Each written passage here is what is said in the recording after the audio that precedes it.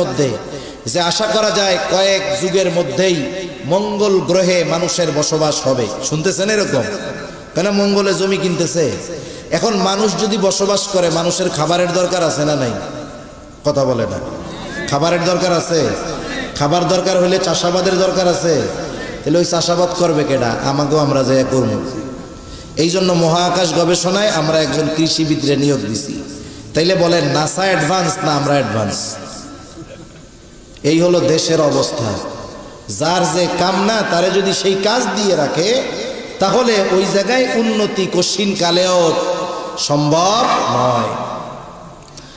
তাহলে এই নাসা মাঝে মধ্যে আমাদেরকে খবরে জানায় যে নতুন আর একটা গ্রহ আবিষ্কার করা হয়েছে।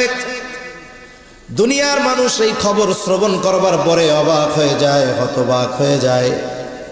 কিন্তু আল্লাহ তাআলা ১৫০০ বছর আগেই এই বিশ্ববাসীকে জানায় দিয়েছেন জগৎ একটা নয় বরং বহু জগৎ যিনি সৃষ্টি করলেন তিনি কে? তাহলে আল্লাহ তাআলা হলেন রব্বুল আলামিন, জগৎ সমূহের রব, জগৎ সমূহের প্রতিপালক। সেই রব, সেই মালিক আল্লাহ তাআলা কোরআনুল কারীমের মধ্যে ঘোষণা দিয়ে বলেন ওয়ামা আরসালনাকা ইল্লা রাহমাতাল লিল আলামিন। আমার আপনার নবীর ব্যাপারে আল্লাহ রাব্বুল আলামিন বলেন আপনাকে আমি জগৎ সমূহের জন্য রহমত হিসাবে প্রেরণ করেছি। তাহলে জগৎ সমূহের রব হলেন আল্লাহ, জগৎ সমূহের রহমত হলেন মুহাম্মাদুর রাসূলুল্লাহ। সৃষ্টি জগতে একটা ইঞ্চি জায়গা খুঁজে পাওয়া যাবে না যেই জায়গার রব আমার আপনার আল্লাহ তাআলা নয়। অনুরূপভাবে সৃষ্টি জগতের মধ্যে একটা ইঞ্চি জায়গা খুঁজে পাওয়া যাবে না যেই জায়গার রহমত আমার আপনার নবীজি নয়। যেখানে রব আল্লাহ সেখানে রহমতি মুহাম্মাদুর রাসূলুল্লাহ সাল্লাল্লাহু আলাইহি ওয়াসাল্লাম।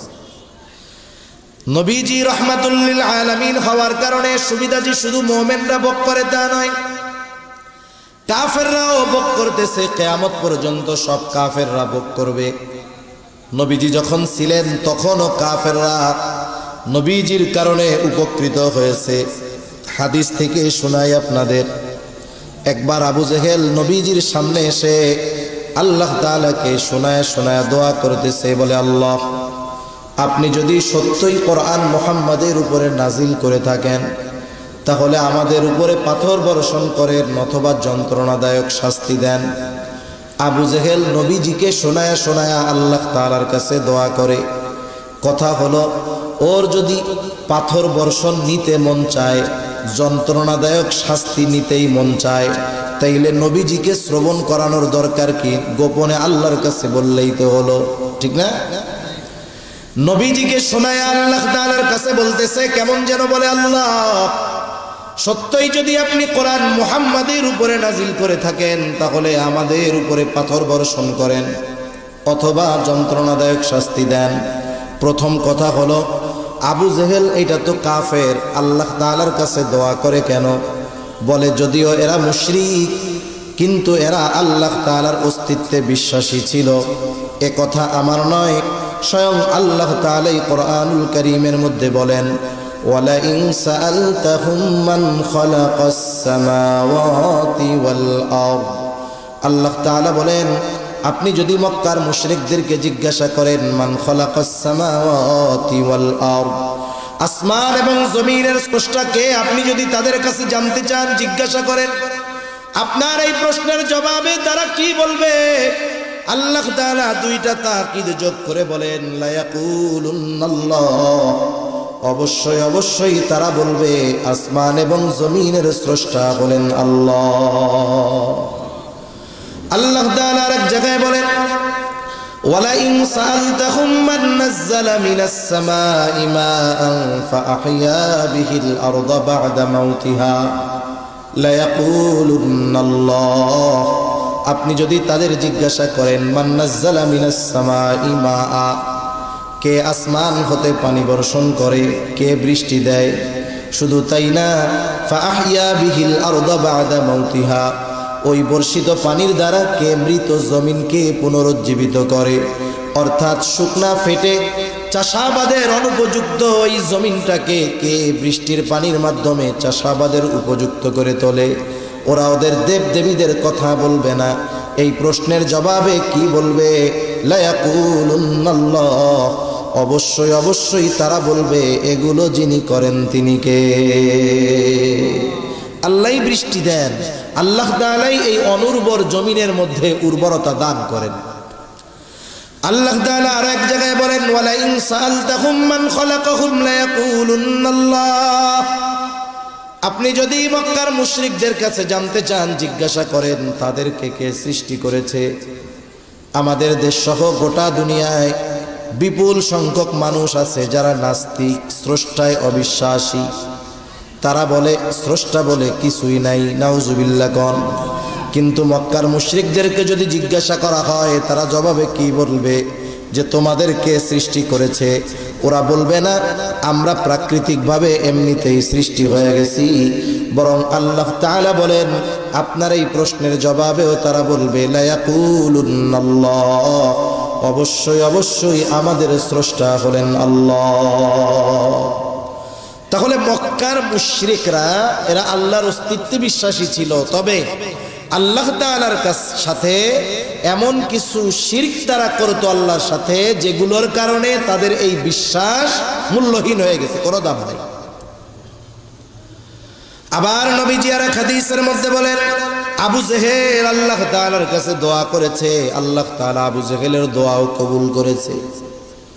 বদরের দিন সকালবেলায় আবু জেহেল আল্লাহ তাআলার কাছে দোয়া করে, বলে আল্লাহ, আজকের দিনে যারা হকের উপরে আছে, সত্যের উপরে আছে, আপনি তাদেরকে বিজয় দান করেন। নবীজি বলেন আল্লাহ তাআলা আবু জেহেলের দোয়া কবুল করেছেন। বদরের দিন যারা হকের উপরে ছিল, সত্যের উপরে ছিল, আল্লাহ রব্বুল আলামিন তাদেরকেই বিজয় দান করেছে। তাহলে প্রথম বিষয় যে আবু জেহেল আল্লাহ তাআলার কাছে কেন দোয়া করে? কারণ এই মক্কার মুশরিক আবু জেহেল, উতবা, সাইবা এরা আল্লাহর অস্তিত্বে বিশ্বাসী ছিল। এখন দোয়াটা যে করলো, নবীকে শোনায়া করার দরকার কি? কিছু কথা আছে মানুষকে খাটো করার জন্য, কষ্ট দেওয়ার জন্য, শোনা একটু ছোট করার জন্য মানুষকে শোনায় শোনায় কিছু কথা বলা হয়। যেমন মনে করেন আপনাদের এলাকায় একজন গরিব মানুষ, তার ছেলেটা অনেক কষ্ট করে লেখাপড়া শিখে অনেক বড় অফিসার হয়ে গেছে। লোকটার অনেক কষ্ট ছিল, এখন ছেলে বড় অফিসার, বিসিএস ক্যাডার, তার কষ্টের দিন শেষ, ঠিক না? চায়ের দোকানে মানুষেরা বলা বলি করতেছে, দেখছো অমুক চাচার ছেলে অনেক বড় অফিসার হয়ে গেছে, চাচার আর কষ্ট নাই। এই দুনিয়ায় মানুষ মানুষের সাথে শত্রুতার জন্য, মানুষের সাথে মানুষের বিরোধের জন্য শত্রুতা থাকার দরকার হয় না। আপনার উন্নতি অনেক সময় আপনাকে অন্যের চোখের কাঁটা বানিয়ে দিতে পারে, ঠিক কিনা বলেন? এটারে বলে হিংসা। একজনের উন্নতি হচ্ছে আর একজনের হিংসা আসছে, অটোমেটিকলি তার প্রতি একটা বিদ্বেষ, শত্রুতা তার অন্তরের মধ্যে চলে আসে। আর একজন পাশে দাঁড়ায় শুনতেছে, তোমরা কি বলা বলি করো? বলে শুনেন নাই অমুক চাচার ছেলে অনেক বড় অফিসার হয়ে গেছে। এখন এই লোক টিটকারি করে বলে, আয় আল্লাহ, অমকের বলা অফিসার হইছে, কিয়ামতের আসতে আর বাকি নাই। ও আল্লাহ, এই খবর শোনার আগে আমি মরলাম না কেন? এরকম বলা লোক তো আলহামদুলিল্লাহ 5 বিবিতে কমপক্ষে নাই, আছে। কিন্তু ওই টাইমে যদি আজরাইল আইসা বলে আপনার তো মরতে মন চাই, তাহলে চলেন, কি বলবে? আসলে কি আমি মরতে মন চাইছি নাকি এমনি এমনি কইছি আর কি। এটা হলো তার ওই লোকটাকে ছোট করা এবং নিজের হিংসার বহিঃপ্রকাশ ঘটানো। আবু জেহেল নবীজিকে শোনায় কেমন যেন এই কথা বলে, আল্লাহ, কোরআন নাজিল করার জন্য আপনি আর কাউরে পান নাই? আমি আবু জেহেল, আমার মতো লোক আর কে আছে? আমি বড় নেতা, আমার পেছনে অনেক লোক, অনেক সম্পদ। এই কোরআন আপনি মুহাম্মাদের উপরে নাজিল করলেন, এই কাজটা কেমন হইল? আপনি আমারে পাথর মেরে শেষই করে দেন। এটা মূলত নবীজিকে শুনিয়ে তুচ্ছ এবং কষ্ট দেওয়ার জন্য তার উদ্দেশ্য। আচ্ছা বলেন তো, আপনারা দুইজন বন্ধু এক জায়গায় গেছেন, আপনার যেই বন্ধু তিনি অনেক শরীফ মানুষ, ভদ্র মানুষ, আল্লাহর খাঁটি এক বান্দা, আপনি তার পাশে, আর এক লোক আপনার বন্ধুকে উদ্দেশ্য করে কিছু কথা বলতেছে, যেই কথাগুলো শুনে বন্ধু কষ্ট পায় কিন্তু কিছু কয় না, মাথা নিচের দিকে দিয়ে আছে।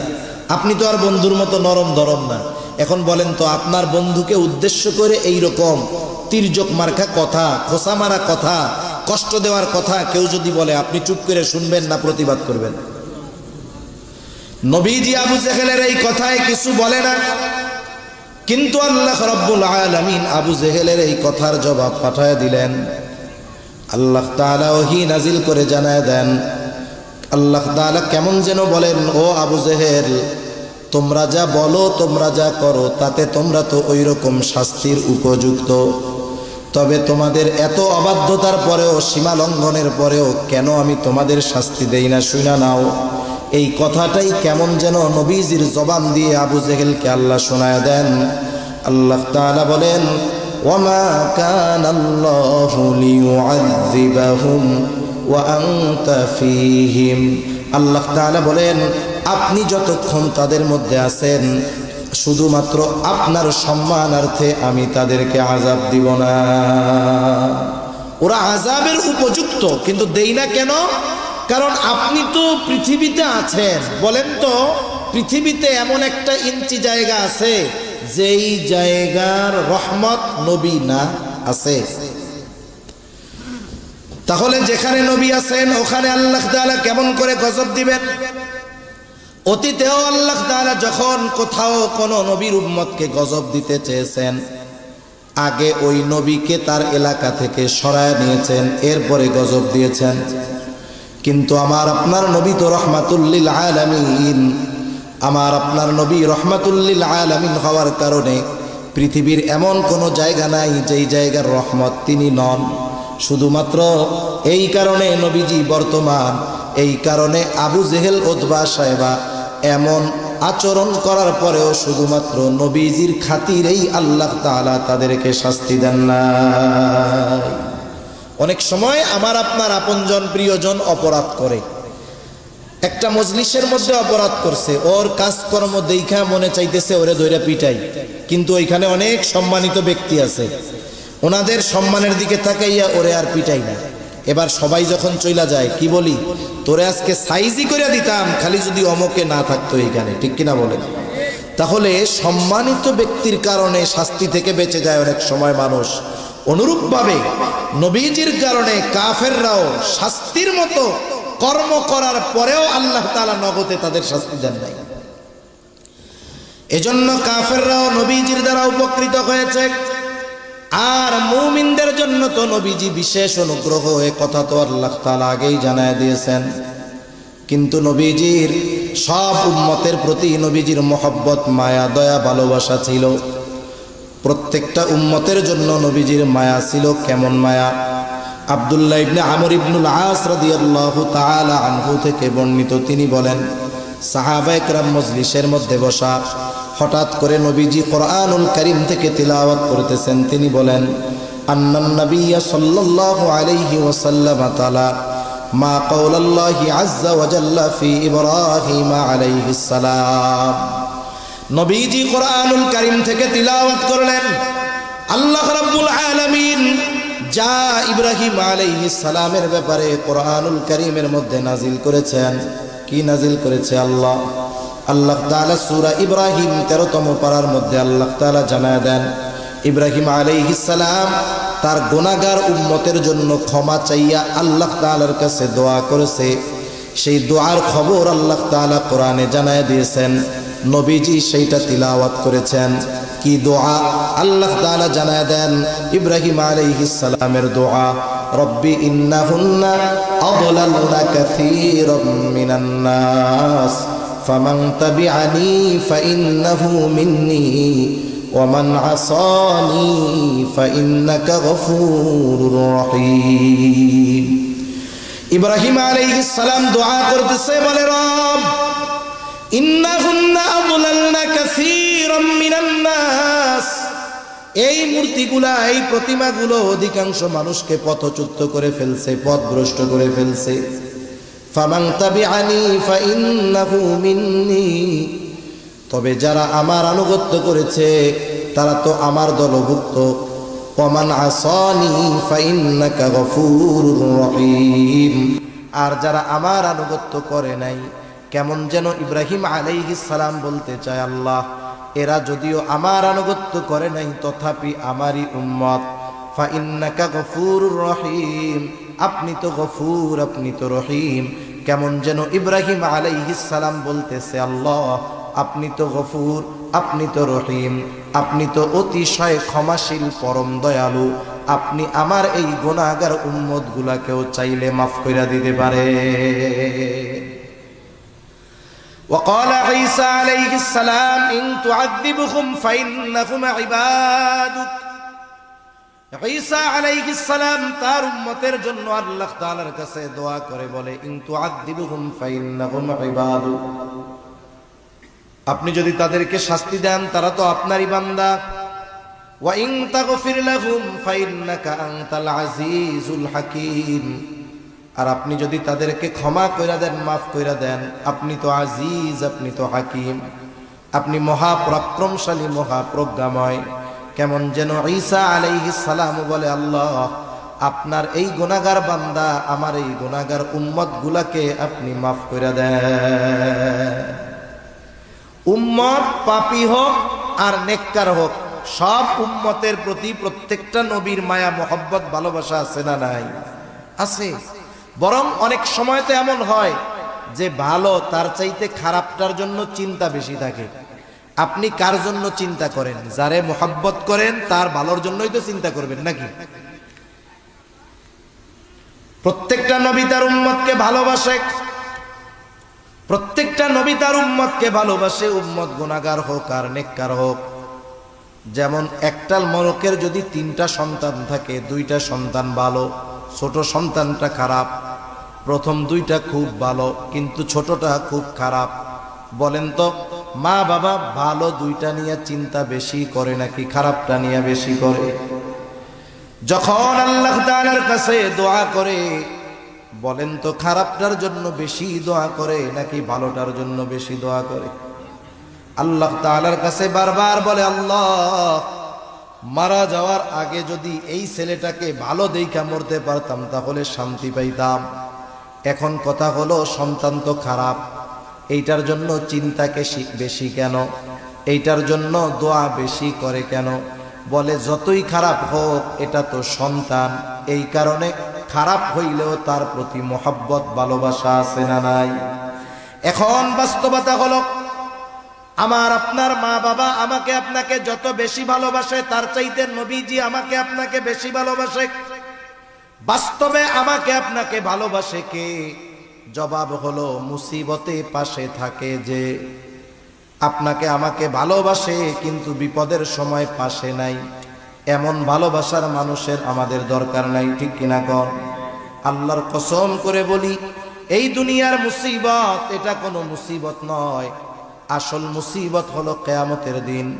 ওই দিনের মুসিবত কেমন আল্লাহ তাআলা সূরা আবাসার মধ্যে একটু চিত্র তুলে ধরে বলেন, ইয়াউমা ইয়াফিরুল মারউ মিন আখিহি ওয়া উম্মিহি ওয়া আবিহি ওয়া সাহিবাতিহি ওয়া বানিহি লিকুল্লি ইমরিইন মিনহুম ইয়াউমাইদিন শা'নুন ইউগনি।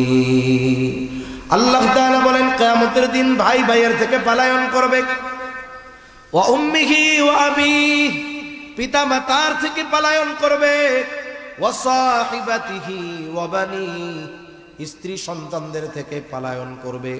প্রত্যেকটা মানুষ সেই দিন নিজের চিন্তায় বিভোর থাকবে। সেই দিন মা ছেলেকে চিনবে না, ছেলে মাকে চিনবে না। আল্লাহর কসম, ওই দিন সকলে নিজের চিন্তায় বিভোর। আমার আপনার নবীজিও চিন্তিত থাকবেন, তবে সবাই চিন্তিত থাকবে নিজের নাজাত নিয়া, আর নবীজি চিন্তিত থাকবেন উম্মতের নাজাতের ব্যাপারে। ওই দিন নবীজি কেমন চিন্তিত থাকবেন উম্মতের ব্যাপারে? নবীজি একবার হাউজে কাউসারের কাছে দৌড়ায়া যাবেন, না জানি তার কোন উম্মত পানি পানে মাহরুম হয়ে যায়। আবার দৌড়ায়া পুলসিরাতের কাছে চলে যাবেন, না জানি কোন উম্মত পুলসিরাত পাড়ি দিতে ব্যর্থ হয়ে যায়। আবার নবীজি চলে যাবেন মিজানের কাছে, না জানি কোন উম্মত ওজনে ধরা পড়ে যায়। আবার চলে যাবেন জাহান্নামের কাছে, না জানি কোন উম্মতকে জাহান্নামে দিয়ে দেওয়া হয়। আবার যখন সুপারিশের দরকার আল্লাহ তাআলার কাছে সে সুপারিশ করবেন, সব নবী জান্নাত অভিমুখে রওনা হয়ে যাবে, জান্নাতের দরজা খোলা হবে না। জিজ্ঞাসা করা হবে কি ব্যাপার, জান্নাতের দরজা খোলো না কেন? বলে যিনি আসলে খোলা হবে তিনি আসেন নাই। কে তিনি? বলে মুহাম্মাদুর রাসূলুল্লাহ। কোথায় তিনি? বলে হাসরের ময়দানে। কি করে? বলে উম্মতের চিন্তায় বিভোর। আমার আপনার নবী ততক্ষণ পর্যন্ত নিজে জান্নাতে প্রবেশ করবে না যতক্ষণ না তার ওই উম্মত যার যাররা পরিমাণ ঈমান আছে এবং ওই ব্যক্তির ব্যাপারে যতক্ষণ না আল্লাহ তাআলার কাছ থেকে জান্নাতের নিশ্চয়তা নবী পাবেন ততক্ষণ নবীজি নিজে জান্নাতে প্রবেশ করবে না। এখন আপনি বুঝে থাকলে একটু জবাব দেন তো, আমাদের মা বাবা আমাদের বেশি ভালোবাসে না নবী বেশি ভালোবাসে? সন্দেহ আছে? কোনো সন্দেহ নেই। এইবার ওই দুই নবীর উম্মতের ব্যাপারে দোয়া নবীজি তিলাওয়াত করেছেন। স্বাভাবিক বিষয় হলো অনেক সময় কিছু বিষয় আছে আমাদের যেখানে থাকে না, কিন্তু আরেকজনকে করতে দেখলে মনে পড়ে কি পড়ে না? দেখবেন ছোট বাচ্চা নিয়ে আপনি বাজারের দিকে গেছেন, ও কিছু কয় না, হঠাৎ করে সামনে দিয়ে আরেকটা বাচ্চা আসতেছে, হাতের মধ্যে আইসক্রিম। এবারও কি করবে বলেন তো? আপনার জামার সাথে ঝুল দিবে আর বলবে আমারও একটা কিনা দাও, ঠিক কিনা বলেন? একটু আগে কিন্তু মনে ছিল না, আর একজনকে দেখছে এবার তার মনে পড়ে গেছে। যদিও নবীজি সব সময় উম্মতের চিন্তা করেন, কিন্তু এই নবীর দুআ, ওই দুই নবীর দুআ তিলাওয়াত করবার পর নবীজির অন্তরের মধ্যে উম্মতের মোহাব্বতের জোশ উঠে গেছে, ঢেউ উঠে গেছে। নবীজি এবার কি করলেন? ফারাফা ইয়াদাইহি ওয়া ক্বালা আল্লাহুম্মা উম্মতি উম্মতি ওয়া বাকা। নবীজি এইবার দুই হাত উঁচু করে আল্লাহ তাআলার কাছে কান্না করতেছে, অজর ঝরায় চোখ দিয়ে পানি পড়তেছে, আর শুধু নবীজি বলে আল্লাহুম্মা উম্মতি উম্মতি, আল্লাহ আমার উম্মত আমার উম্মত আমার উম্মত। আর কিছুই নবীজি বলেন না। যদিও নবীজি আর কিছুই বলেন না, কিন্তু নবীজি কি বলতে চায় আল্লাহ তাআলা সেটা জানেন। জানার পরেও তিনি জিবরাইল আলাইহিস সালামকে বলেন, জিবরাইল যাও মুহাম্মাদের কান্নার কারণ জিজ্ঞাসা করো। এইবার জিবরাইল আলাইহিস সালাতু ওয়াস সালাম এসে বলে, আপনার কান্নার কারণ কি? যদিও আপনার মালিক আপনার কান্নার কারণ জানে, এরপরেও আপনার মুখে শুনতে চায়। নবীজি এইবার উম্মতের ব্যাপারে সব কথা প্রাণ খুলে জিবরাইল আলাইহিস সালামের কাছে বললেন। জিবরাইল আলাইহিস সালাম আল্লাহ তাআলার কাছে গিয়ে বলে, তার কান্নার কারণ হলো তার উম্মত। আল্লাহ তাআলা বলে, জিবরাইল যাও মুহাম্মদকে গিয়ে জানায় দাও, আমি অচিরেই তাকে তার উম্মতের ব্যাপারে সন্তুষ্ট করব, তাকে অসন্তুষ্ট করব না। আল্লাহ তাআলার কাছ থেকে নবীজি এই দুনিয়ায় থাকতে উম্মতের ব্যাপারে সব সুবিধা চাইয়া আনছেন। সেই জন্য নবী মেরাজে গেছেন, নিজের কথা বলেন নাই। ওইখানে গিয়েও আল্লাহ তাআলা কাছে গিয়েও নবীজি উম্মতকে ভুলেন নাই। এটা হলো উম্মতের প্রতি মহব্বত ভালোবাসা থাকার কারণে। শুধু তাই না, নবীজি যখন তার উম্মতের দ্বারা আঘাতপ্রাপ্ত হয়েছেন, নবীজি কখনো আঘাতপ্রাপ্ত হওয়ার পরেও ওই উম্মতের জন্য নবীজি বদদোয়া করেন নাই। এটা মহব্বতের একটা বহির প্রকাশ। নবীজি যখন তায়েফে গেছে, একেবারে পাথর মারতে মারতে নবীজিকে রক্তাক্ত করে ফেলছে। গায়ের পোশাক ভিজে, পা বেয়ে বেয়ে রক্ত পড়ে জুতার মধ্যে ঢুকছে, জুতার মধ্যে রক্ত শুকায়া পা জুতার সাথে আটকে গেছে। সারাদিন দেহ থেকে রক্ত এইভাবে পড়ছে। ক্লান্ত দেহ নিয়া নবীজি এক আঙ্গুর বাগানের পাশে একটু বসে বিশ্রাম নিচ্ছেন। ইতিমধ্যে জিবরাইল আলাইহিস সালাম হাজির। এসে বলে, ইয়া রাসূলুল্লাহ, এই কওম আপনার সাথে কেমন আচরণ করেছে আপনার মালিক সব দেখছে। আমার সাথে নতুন একজন ফেরেশতা এসেছে যে আগে পরে আসে নাই। এইবার নবীজি বলেন, ওই নতুন ফেরেশতা আমার কাছে এসে আমাকে সালাম দিল। সালাম দিয়ে বলে, ইয়া রাসূলুল্লাহ, এই কওম আপনার সাথে কেমন আচরণ করেছে আপনার মালিক সব জানেন। আমাকে পাঠিয়েছেন আপনার আদেশ পালন করার জন্য। আপনি যদি আমাকে আদেশ দেন, দুই পাহাড় দিয়ে এদেরকে পিষে দেওয়া হবে, নিশ্চিহ্ন হয়ে যাবে। কোনো অস্তিত্ব থাকবে না, জনবসতি ছিল কেউ জানতে পারবে না। একটু চিন্তা করেন আমরা হইলে কি করতাম? আমরা তো প্রতিশোধ পরায়ণ। কেউ যদি 20 বছর আগে আমার দিকে চোখ রাঙায়া আমাকে একটা কথা বলে থাকে, 20 বছর পরে যদি আমি ক্ষমতা পাই, চিন্তা করি ওই 20 বছর আগের চোখ রাঙানোর প্রতিশোধ আমাকে নিতে হবে। এতটা প্রতিশোধ পরায়ণ আমরা। আমাদের এক হুজুর বলতো, আমাদের কাছে আইসা যদি কোনো জিন আইসা বলে যে আপনার মনের একটা আশাই পূরণ হবে, কি আশা? বলে আপনি যাদের উপরে প্রতিশোধ নিতে চান তাদের নাম দেন, তাদের প্রতিশোধ নেওয়া হবে। তাইলে 50-60 লম্বা তালিকা হয়ে যাবে আমাদের, যে ওরে একটু সাইজ করে দিয়েন, ওরে হালকা, ওরে খালি ঠ্যাংটা ভাঙবেন, ওর খালি হাতটা ভাঙলেই চলবে, ওর চোখ একটা উঠাইলেই হবে, আর কিছু লাগবে না। আমাদের প্রতিশোধের তালিকা অনেক লম্বা হয়ে যেত। কিন্তু যারা নবীজিকে রক্তাক্ত করে ফেলছে, এখনো রক্ত পরিপূর্ণ শুকায়া যায় নাই, তাদের ব্যাপারে নবীজির প্রতিশোধের সুযোগ ফেরেশতা বলতেছে আদেশ দেন, 2 পাহাড় দিয়ে একবারে পিষে দিব এদেরকে। নবীজি কি করলেন? আরাম করে একটু শুয়েছিলেন, নবীজি আবার উঠে বসলেন। ফেরেশতার এই কথার জবাবে নবীজি বলেন, বাল আরজু আন ইয়াখরুজাল্লাহু মিন আসলাবিহিম মান ইয়াবুদুল্লাহ ওয়াহদাহু ওয়া লা ইউশরিকু বিহি শাইআ। কেমন যেন নবীজি বলতেছেন, তুমি তো আমাকে বলতেছো আদেশ দেন 2 পাহাড় দিয়ে এদেরকে পিষে শেষ করে দেই। শুনে নাও, এই মানুষগুলোর ব্যাপারে আমি আল্লাহ তাআলার কাছে এই আশা পোষণ করি যে আল্লাহ তাআলা এদের মধ্য থেকে এমন এক সম্প্রদায় বের করবে যারা এক আল্লাহর ইবাদত করবে, তার সাথে কারো শরীক করবে না। ওদের কি হবে সেটা জানি না, কিন্তু আশা করি আল্লাহ তাআলা ওদের মধ্য থেকে এমন মানুষ বের করবে। নবীজি এর দ্বারা কি বুঝাইলেন? যেই উম্মত দুনিয়ায় আসে নাই তার প্রতিও ভালোবাসার নিদর্শন নবীজি দেখায় গেছেন, ঠিক কিনা বলেন? সাহাবায়ে কেরাম সাথে নবীজি একদিন পথ চলতেছেন, হঠাৎ করে নবীজি বলেন আমার ভাইদেরকে দেখতে মন চায়। সাহাবায়ে কেরাম বলে, ইয়া রাসূলুল্লাহ, আমরা কি আপনার ভাই নই? নবীজি বলেন, না, তোমরা হইলা আমার সাথী। আপনার ভাই তারা আবার কারা? বলে, আমার পরে আমাকে না দেখে যারা ঈমান আনবে তারাই হলো আমার ভাই। কিয়ামত পর্যন্ত প্রত্যেকটা উম্মতের প্রতি ভালোবাসার খবর নবীজি দিয়ে গেছেন, ঠিক কিনা বলেন? একের পর এক লম্বা সময় বলা যাবে উম্মতের প্রতি নবীজির কেমন ভালোবাসা। তবে অনেক সময় আছে 1000 মানুষের কথার চাইতে একজনের কথার দাম অনেক, ঠিক কিনা বলেন? নবীজি আমাদের কেমন ভালোবাসেন স্বয়ং আল্লাহ তাআলা কোরআনুল কারীমের মধ্যে জানায় দেন।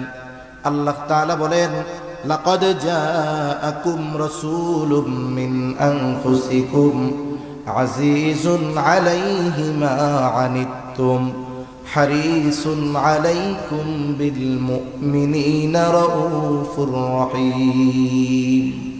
আল্লাহ তাআলা বলেন, লাকাদ জাআকুম রাসূলুম মিন আনফুসিকুম, তোমাদের মধ্য থেকে তোমাদের জন্য এমন একজন রাসূলের আগমন ঘটেছে, এমন একজন রাসূল এসেছে। কেমন সেই রাসূল? বলে, আজিজুন আলাইহি মা আনিতুম, তোমাদের জন্য যেটা কষ্টদায়ক সেটা তার জন্য কষ্টের। এটাকে বলা হয় সমব্যথী। তার মানে উম্মতের ব্যথায় নবীজি ব্যথিত হন। দেখবেন যার সাথে যার যত বেশি মহব্বত, তার কষ্ট তাকেও অন্য কেউ কষ্ট দেয়, ঠিক কিনা বলেন? এখন যদি বলেন, ভাই হুজুর এইটা কেমন কথা, আর একজনের কষ্টে আমি আপনি কেন কষ্ট পাবো, নবী কেন কষ্ট পাবেন? একটা উদাহরণ দেই, তাইলে বুঝতে সহজ হবে। অনেকের ছোট বাচ্চা আছে, বয়সটা হয়তো 2 বছর, 2.5 বছর, 1.5 বছর, গ্রামের ভিতরে বসবাস করে। গভীর রজনী ওই 2 বছরের ছোট বাচ্চাটা প্রচন্ড জ্বরাক্রান্ত হয়ে গেছে। এতটা জ্বর, থার্মোমিটারে দেখা গেল 106 ক্রোচ হয়ে গেছে।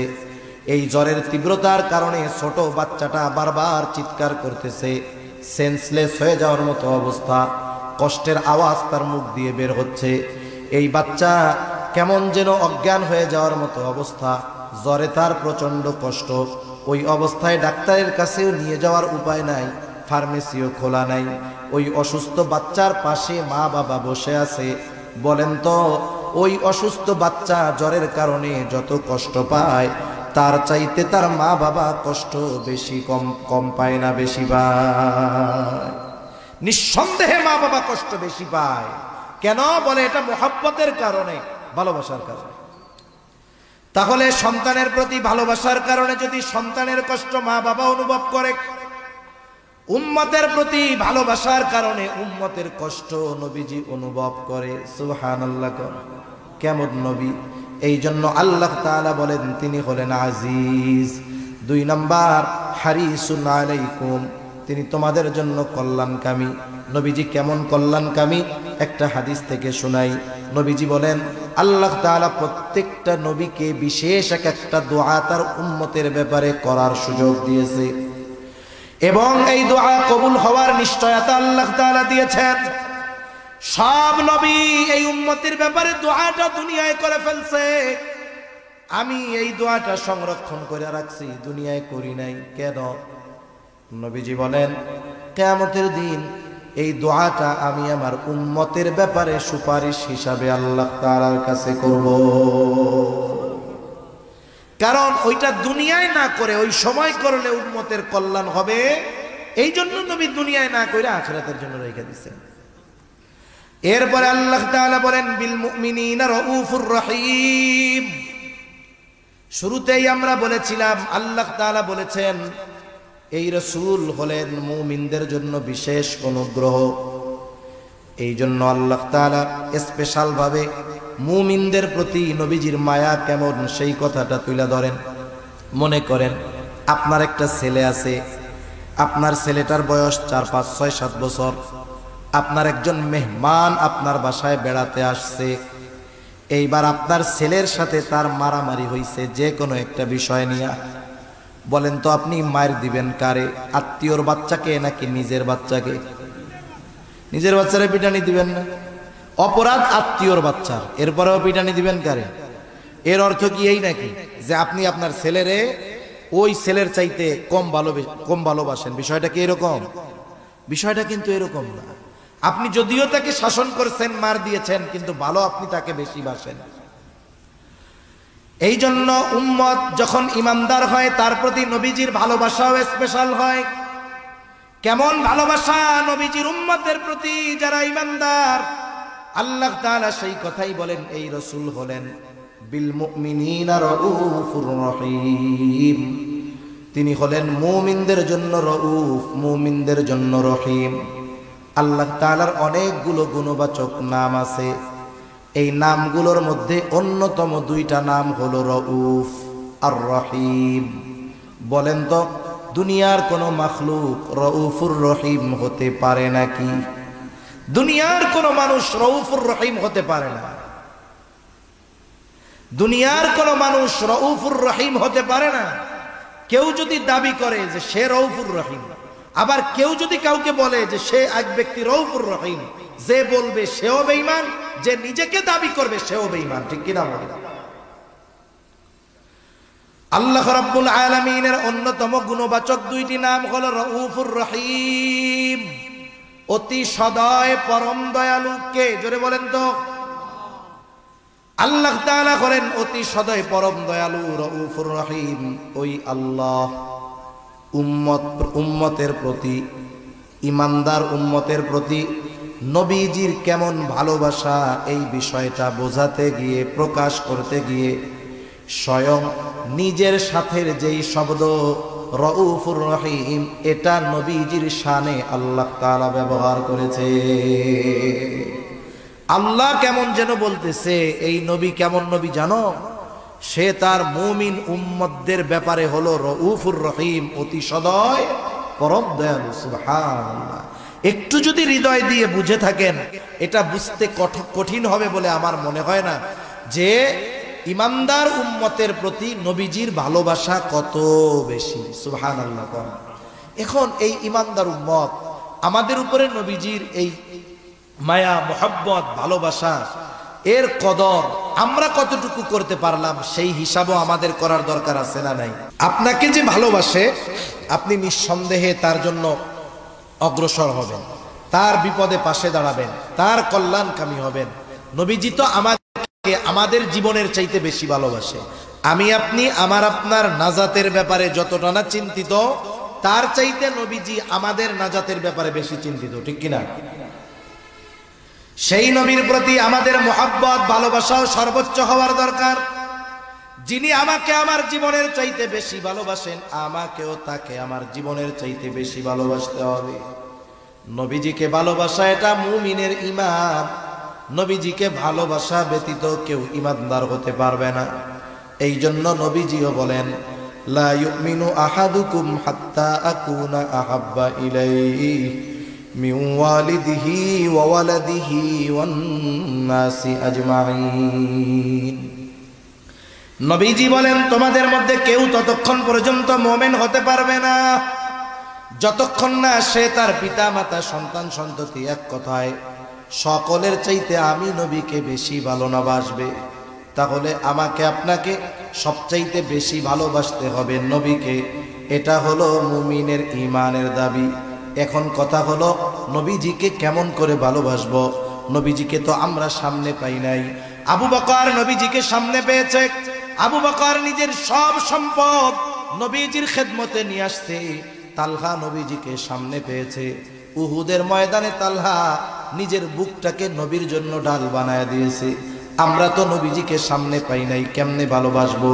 এই জন্য নবীও জানেন আমার উম্মতেরা চিন্তা করবে নবীকে ভালোবাসবো কেমনে। নবীকে ভালোবাসার পদ্ধতি দুনিয়ার কারো কাছ থেকে জানা লাগবে না। নবীকে ভালোবাসার পদ্ধতি স্বয়ং নবী নিজে আমাদের জানায় দিছে। নবীজি এক নম্বরে বলেন, মান আহাব্বা সুন্নতি ফাকাদ আহাব্বানি ওয়া মান আহাব্বানি কানা মাই ফিল জান্নাহ। নবীজি বলেন, যে আমার সুন্নাতকে ভালোবাসলো, আমি নবীকে ভালোবাসলো, তার মানে নবীর সুন্নতকে যে ভালোবাসে, কেমন যেন সে নবীকেই ভালোবাসে। আর নবীকে ভালোবাসলে লাভ কি? বলে, ওয়া মান আহাব্বানি কানা মাই ফিল জান্নাহ। যে আমাকে ভালোবাসবে সে আমি নবীর সাথে জান্নাতে অবস্থান করবে। দুনিয়াতে আমরা একজন সম্মানিত মানুষের সাথে পাশে থাকার জন্য কত চেষ্টা করি, আর নবীর সাথে জান্নাতে থাকার অফার নবীজি দিয়ে গেছেন, কিন্তু এ ব্যাপারে আমরা বেখবর। এ ব্যাপারে আমাদের কোনো আগ্রহ নাই কেমন যেন। অথচ নবীজির সাথে থাকার খবর শুনে সাহাবায়ে কেরাম কেমন খুশি হয়েছে। হযরত আনাস রাদিয়াল্লাহু তাআলা আনহু থেকে বর্ণিত হাদিস, তিনি বলেন, একজন গ্রাম্য সাহাবী নবীজিকে এসে জিজ্ঞাসা করতেছে, ইয়া রাসূলুল্লাহ মাতাস সাআহ, হে আল্লাহর রাসূল কিয়ামত কখন হবে? এই সাহাবীর বলার ভাবটা মনে হয় এরকম ছিল যে সে কিয়ামতের জন্য প্রস্তুত, কিন্তু কিয়ামত আসতেছে না, ভাবটা কেমন যেন এরকম। এই জন্য নবী পাল্টা তাকে প্রশ্ন করলেন, মা আদাত্তালাহা, তুমি কিয়ামতের জন্য কি পাথেয় সংগ্রহ করেছ? লোকটার সহজ সরল জবাব, আমি আল্লাহ এবং তার রাসূলকে ভালোবাসি। নবীজি এবার জবাবে বললেন, আল মারউ মা মান আহাব্বা, যে যাকে মোহাব্বত করে তার সাথে অবস্থান করবে। এই জবাব শুনে লোকটা বাড়ির দিকে হাঁটা দিল।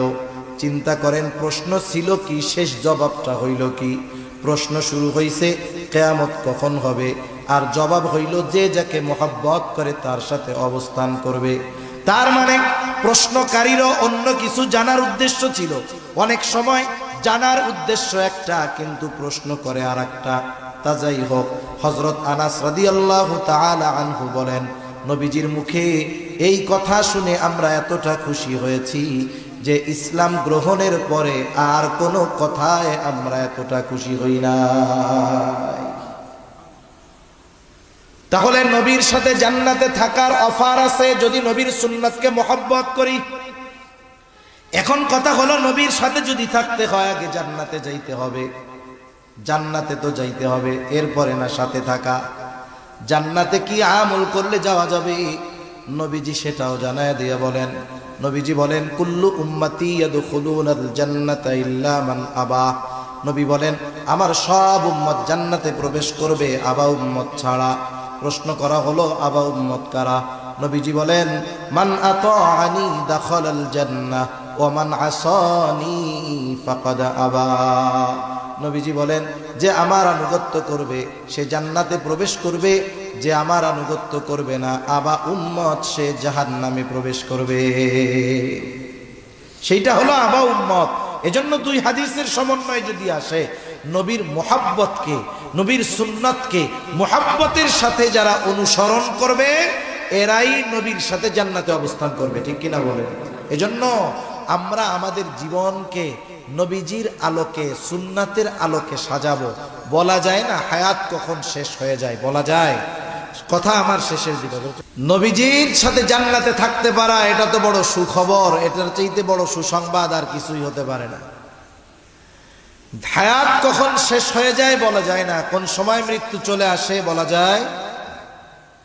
মারা যাওয়ার সময় যখন মানুষ মারা যায়, গোসল দিল, কাফন দিল, জানাজা শেষ, এরপরে যখন কবরের মধ্যে রাখতে যায়, রাখার সময় একটা দোয়া পড়ে। কি দোয়া বলেন তো? বিসমিল্লাহি ওয়া আলা মিল্লাতি রাসূলিল্লাহ, ঠিক কিনা বলেন?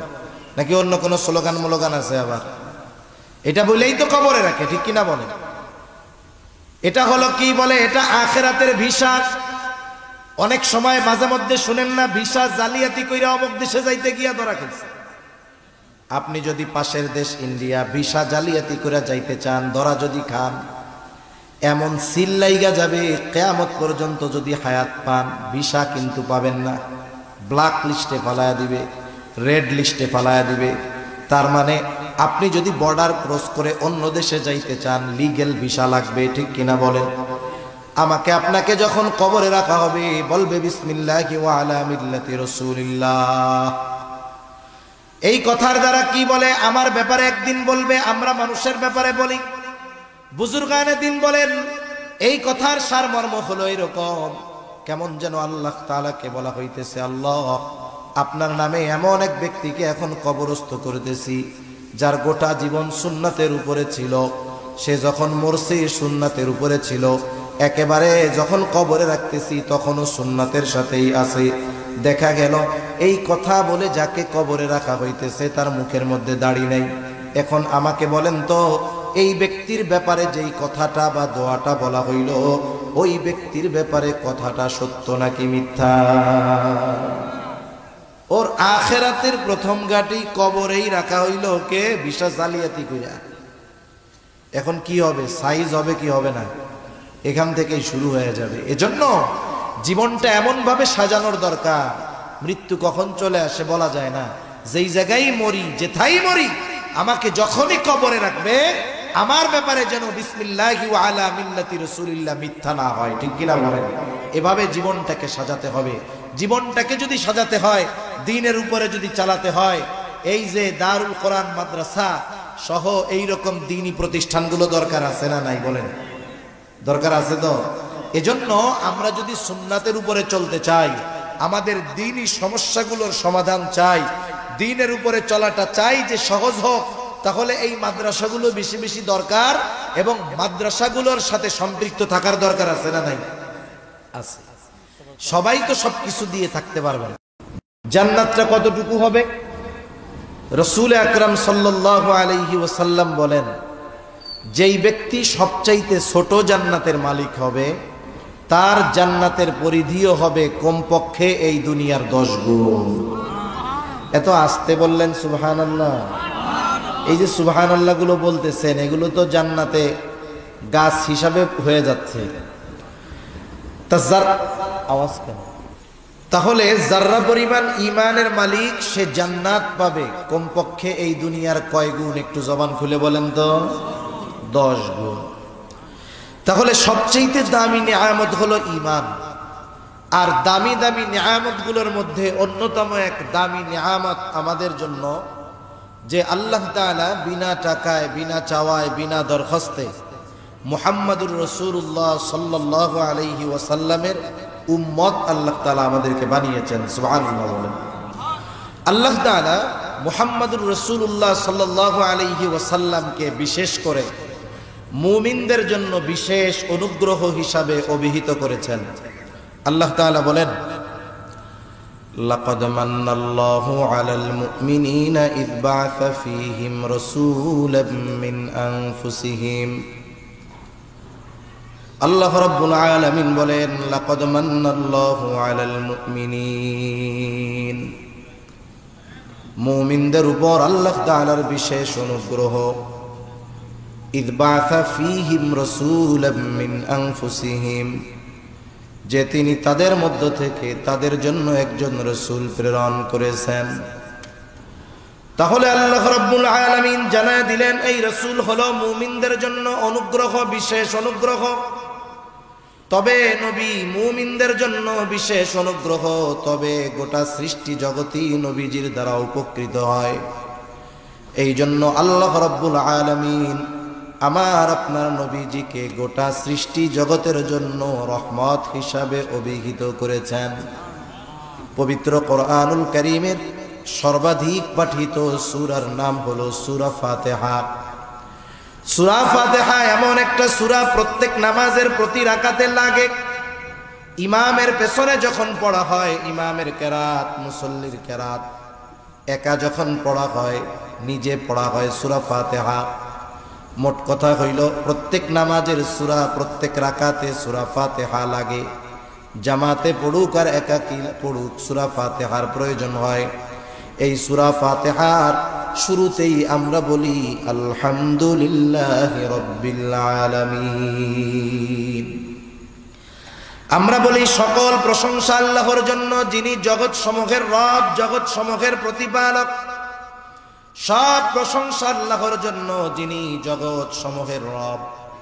আলম একবচন, আলামিন বহুবচন। তার মানে আলম তথা জগৎ একটা নয়, বরং অগণিত জগৎ যিনি সৃষ্টি করেছেন তিনি কে? মহাকাশ নিয়ে যারা গবেষণা করে, পৃথিবীর মধ্যে সবচাইতে প্রসিদ্ধ যেই সংগঠন, এটার নাম হলো নাসা। মহাকাশ নিয়ে তারা গবেষণা করে। আমাদের দেশেও আছে মহাকাশ গবেষণা কেন্দ্র, যেটার নাম হলো স্পার্স। কিন্তু নাসা কত অ্যাডভান্স, নাসার চাইতে আমরা আরো বেশি অ্যাডভান্স। নাসা যেটা 100 বছর পরের হিসাব চিন্তা করতেছে, আমরা এটা 100 বছর আগে করি। কেন আপনি বলেন তো? আপনি যদি কোনো ইঞ্জিনিয়ার, দেশের সেরা ইঞ্জিনিয়ারকে বড় মেডিকেল কলেজ হসপিটালের দায়িত্ব দিয়ে বলেন আজ থেকে মেজর অপারেশনগুলো ইঞ্জিনিয়ার সাহেব আপনি করবেন, এটা কি পসিবল? তার জন্য সম্ভব না। আমাদের দেশের মহাকাশ গবেষণা কেন্দ্রের মহাপরিচালক যিনি, তিনি একজন কৃষিবিদ। বলেন তো কৃষিবিদের কাজ কি?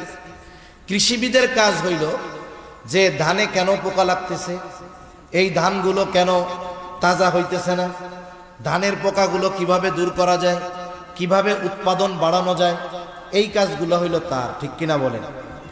এখন আমরা কেন নাসায় একজন কৃষিবিদকে নিয়োগ দিলাম? মহাপরিচালক হিসাবে কেন কৃষিবিদকে দিলাম? আপনারা কি শুনেন মাঝে মধ্যে যে আশা করা যায় কয়েক যুগের মধ্যেই মঙ্গল গ্রহে মানুষের বসবাস হবে? শুনতেছেন এরকম? কেন মঙ্গলে জমি কিনতেছে। এখন মানুষ যদি বসবাস করে, মানুষের খাবারের দরকার আছে না নাই? কথা বলে না। খাবারের দরকার আছে। খাবার দরকার হলে চাষাবাদের দরকার আছে। তাহলে ওই চাষাবাদ করবে কেডা? আমাকেও আমরা যে করব। এই জন্য মহাকাশ গবেষণায় আমরা একজন কৃষিবিদরে নিয়োগ দিছি। তাইলে বলেন নাসা অ্যাডভান্স না আমরা অ্যাডভান্স? এই হলো দেশের অবস্থা। যার যে কাম না, তারে যদি সেই কাজ দিয়ে রাখে, তাহলে ওই জায়গায় উন্নতি কঠিন কালেও সম্ভব নয়। তাহলে এই নাসা মাঝে মধ্যে আমাদেরকে খবরে জানায় যে নতুন আর একটা গ্রহ আবিষ্কার করা হয়েছে। দুনিয়ার মানুষ এই খবর শ্রবণ করবার পরে অবাক হয়ে যায়, হতবাক হয়ে যায়। কিন্তু আল্লাহ তাআলা ১৫০০ বছর আগেই এই বিশ্ববাসীকে জানায় দিয়েছেন জগৎ একটা নয়, বরং বহু জগৎ যিনি সৃষ্টি করলেন তিনি কে? তাহলে আল্লাহ তাআলা হলেন রব্বুল আলামিন, জগৎ সমূহের রব, জগৎ সমূহের প্রতিপালক। সেই রব, সেই মালিক আল্লাহ তাআলা কোরআনুল কারীমের মধ্যে ঘোষণা দিয়ে বলেন, ওয়ামা আরসালনাকা ইল্লা রাহমাতাল লিল আলামিন। আমার আপনার নবীর ব্যাপারে আল্লাহ রাব্বুল আলামিন বলেন, আপনাকে আমি জগৎ সমূহের জন্য রহমত হিসাবে প্রেরণ করেছি। তাহলে জগৎ সমূহের রব হলেন আল্লাহ, জগৎ সমূহের রহমত হলেন মুহাম্মাদুর রাসূলুল্লাহ। সৃষ্টি জগতে একটা ইঞ্চি জায়গা খুঁজে পাওয়া যাবে না যেই জায়গার রব আমার আপনার আল্লাহ তাআলা নয়। অনুরূপভাবে সৃষ্টি জগতের মধ্যে একটা ইঞ্চি জায়গা খুঁজে পাওয়া যাবে না যেই জায়গার রহমত আমার আপনার নবীজি নয়। যেখানে রব আল্লাহ সেখানে রহমতি মুহাম্মাদুর রাসূলুল্লাহ সাল্লাল্লাহু আলাইহি ওয়াসাল্লাম। নবীজি রাহমাতুল লিল আলামিন হওয়ার কারণে সুবিধা যে শুধু মুমিনরা ভোগ করে তা নয়, কাফেররাও ভোগ করতেছে। কিয়ামত পর্যন্ত সব কাফেররা ভোগ করবে। নবীজি যখন ছিলেন তখনও কাফেররা নবীজির কারণে উপকৃত হয়েছে। হাদিস থেকে শোনাই আপনাদের, একবার আবু জেহেল নবীজির সামনে এসে আল্লাহ তাআলাকে শোনায় শোনায় দোয়া করতেছে, বলে আল্লাহ আপনি যদি সত্যই কোরআন মুহাম্মাদের উপরে নাজিল করে থাকেন তাহলে আমাদের উপরে পাথর বর্ষণ করেন অথবা যন্ত্রণাদায়ক শাস্তি দেন। আবু জেহেল নবীজিকে শোনায়া শোনায়া আল্লাহ তাআলার কাছে দোয়া করে।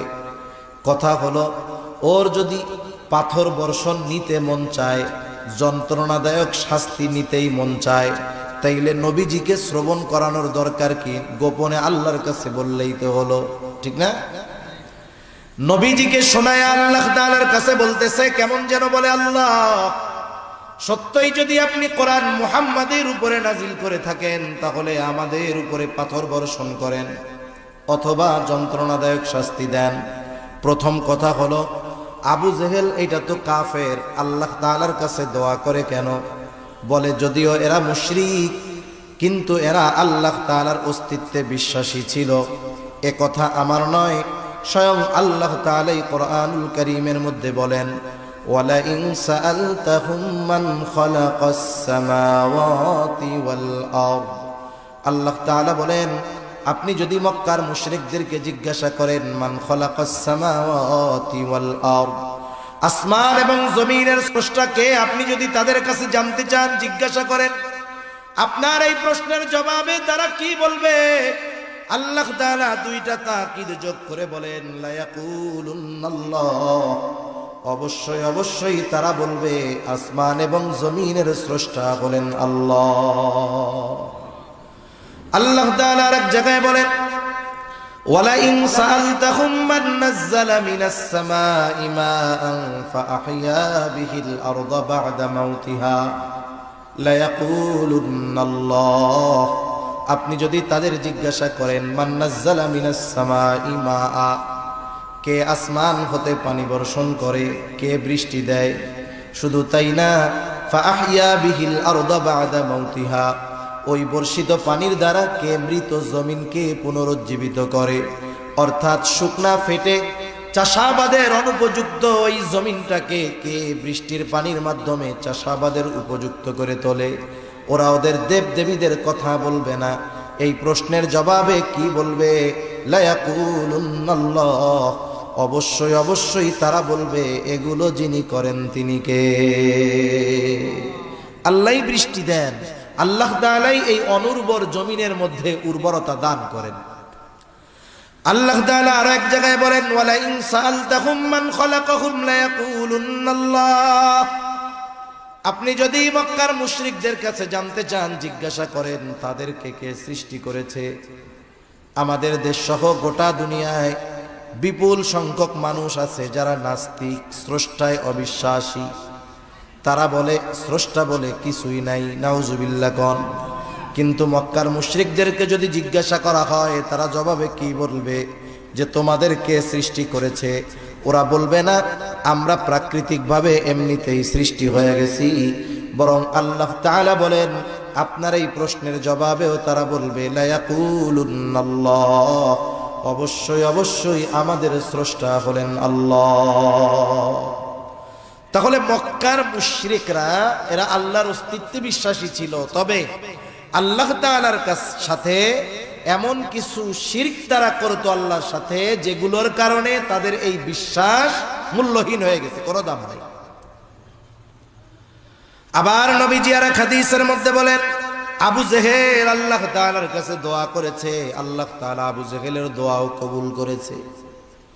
বদরের দিন সকালবেলায় আবু জেহেল আল্লাহ তাআলার কাছে দোয়া করে, বলে আল্লাহ, আজকের দিনে যারা হকের উপরে আছে, সত্যের উপরে আছে, আপনি তাদেরকে বিজয় দান করেন। নবীজি বলেন আল্লাহ তাআলা আবু জেহেলের দোয়া কবুল করেছেন। বদরের দিন যারা হকের উপরে ছিল, সত্যের উপরে ছিল, আল্লাহ রাব্বুল আলামিন তাদেরকেই বিজয় দান করেছে। তাহলে প্রথম বিষয় যে আবু জেহেল আল্লাহ তাআলার কাছে কেন দোয়া করে, কারণ এই মক্কার মুশরিক আবু জেহেল, উতবা, সাইবা এরা আল্লাহর অস্তিত্বে বিশ্বাসী ছিল। এখন দোয়াটা যে করলো, নবীকে শোনায়া করার দরকার কি? কিছু কথা আছে মানুষকে খাটো করার জন্য, কষ্ট দেওয়ার জন্য, শোনা একটু ছোট করার জন্য মানুষকে শোনায় শোনায় কিছু কথা বলা হয়। যেমন মনে করেন আপনাদের এলাকায় একজন গরিব মানুষ, তার ছেলেটা অনেক কষ্ট করে লেখাপড়া শিখে অনেক বড় অফিসার হয়ে গেছে। লোকটার অনেক কষ্ট ছিল, এখন ছেলে বড় অফিসার, বিসিএস ক্যাডার, তার কষ্টের দিন শেষ, ঠিক না? চায়ের দোকানে মানুষেরা বলা বলি করতেছে, দেখছো অমুক চাচার ছেলে অনেক বড় অফিসার হয়ে গেছে, চাচার আর কষ্ট নাই। এই দুনিয়ায় মানুষ মানুষের সাথে শত্রুতার জন্য, মানুষের সাথে মানুষের বিরোধের জন্য শত্রুতা থাকার দরকার হয় না। আপনার উন্নতি অনেক সময় আপনাকে অন্যের চোখের কাঁটা বানিয়ে দিতে পারে, ঠিক কিনা বলেন? এটারে বলে হিংসা। একজনের উন্নতি হচ্ছে আর একজনের হিংসা আসছে, অটোমেটিকলি তার প্রতি একটা বিদ্বেষ, শত্রুতা তার অন্তরের মধ্যে চলে আসে। আর একজন পাশে দাঁড়ায় শুনতেছি, তোমরা কি বলা বলি করো? বলে শুনেন নাই, অমুক চাচার ছেলে অনেক বড় অফিসার হয়ে গেছে। এখন এই লোক টিটকারি করে বলে, আয় আল্লাহ, অমুকের বলা অফিসার হইছে, কিয়ামতের আসতে আর বাকি নাই। ও আল্লাহ, এই খবর শোনার আগে আমি মরলাম না কেন? এরকম বলা লোক তো আলহামদুলিল্লাহ 5 বিবিতে কমপক্ষে নাই, আছে। কিন্তু ওই টাইমে যদি আজরাইল আইসা বলে আপনার তো মরতে মন চাই, তাহলে চলেন, কি বলবে? আসলে কি আমি মরতে মন চাইছি নাকি, এমনি এমনি কইছি আর কি। এটা হলো তার ওই লোকটাকে ছোট করা এবং নিজের হিংসার বহিঃপ্রকাশ ঘটানো। আবু জেহেল নবীজিকে শোনায় কেমন যেন এই কথা বলে, আল্লাহ, কোরআন নাজিল করার জন্য আপনি আর কাউরে পান নাই? আমি আবু জেহেল, আমার মতো লোক আর কে আছে? আমি বড় নেতা, আমার পেছনে অনেক লোক, অনেক সম্পদ। এই কোরআন আপনি মুহাম্মাদের উপরে নাজিল করলেন, এই কাজটা কেমন হইল? আপনি আমারে পাথর মেরে শেষই করে দেন। এটা মূলত নবীজিকে শুনিয়ে তুচ্ছ এবং কষ্ট দেওয়ার জন্য তার উদ্দেশ্য। আচ্ছা বলেন তো, আপনারা দুইজন বন্ধু এক জায়গায় গেছেন, আপনার যেই বন্ধু তিনি অনেক শরীফ মানুষ, ভদ্র মানুষ, আল্লাহর খাঁটি এক বান্দা, আপনি তার পাশে, আর এক লোক আপনার বন্ধুকে উদ্দেশ্য করে কিছু কথা বলতেছে, যেই কথাগুলো শুনে বন্ধু কষ্ট পায় কিন্তু কিছু কয় না, মাথা নিচের দিকে দিয়ে আছে। আপনি তো আর বন্ধুর মতো নরম ধরম না। এখন বলেন তো, আপনার বন্ধুকে উদ্দেশ্য করে এই রকম তির্যক মার্কা কথা, খোসা মারা কথা, কষ্ট দেওয়ার কথা কেউ যদি বলে, আপনি চুপ করে শুনবেন না প্রতিবাদ করবেন? নবীজি আবু জেহেলের এই কথায় কিছু বলে না, কিন্তু আল্লাহ রাব্বুল আলামিন আবু জেহেলের এই কথার জবাব পাঠায় দিলেন। আল্লাহ তাআলা ওহী নাজিল করে জানায় দেন, আল্লাহ তাআলা কেমন যেন বলেন, ও আবু জেহেল, তোমরা যা বলো, তোমরা যা করো, তাতে তোমরা তো ওই রকম শাস্তির উপযুক্ত। তবে তোমাদের এত অবাধ্যতার পরেও, সীমা লঙ্ঘনের পরেও কেন আমি তোমাদের শাস্তি দেই না, শুনা নাও। এই কথাটাই কেমন যেন নবীজির জবান দিয়ে আবু জেহেলকে আল্লাহ শোনায় দেন।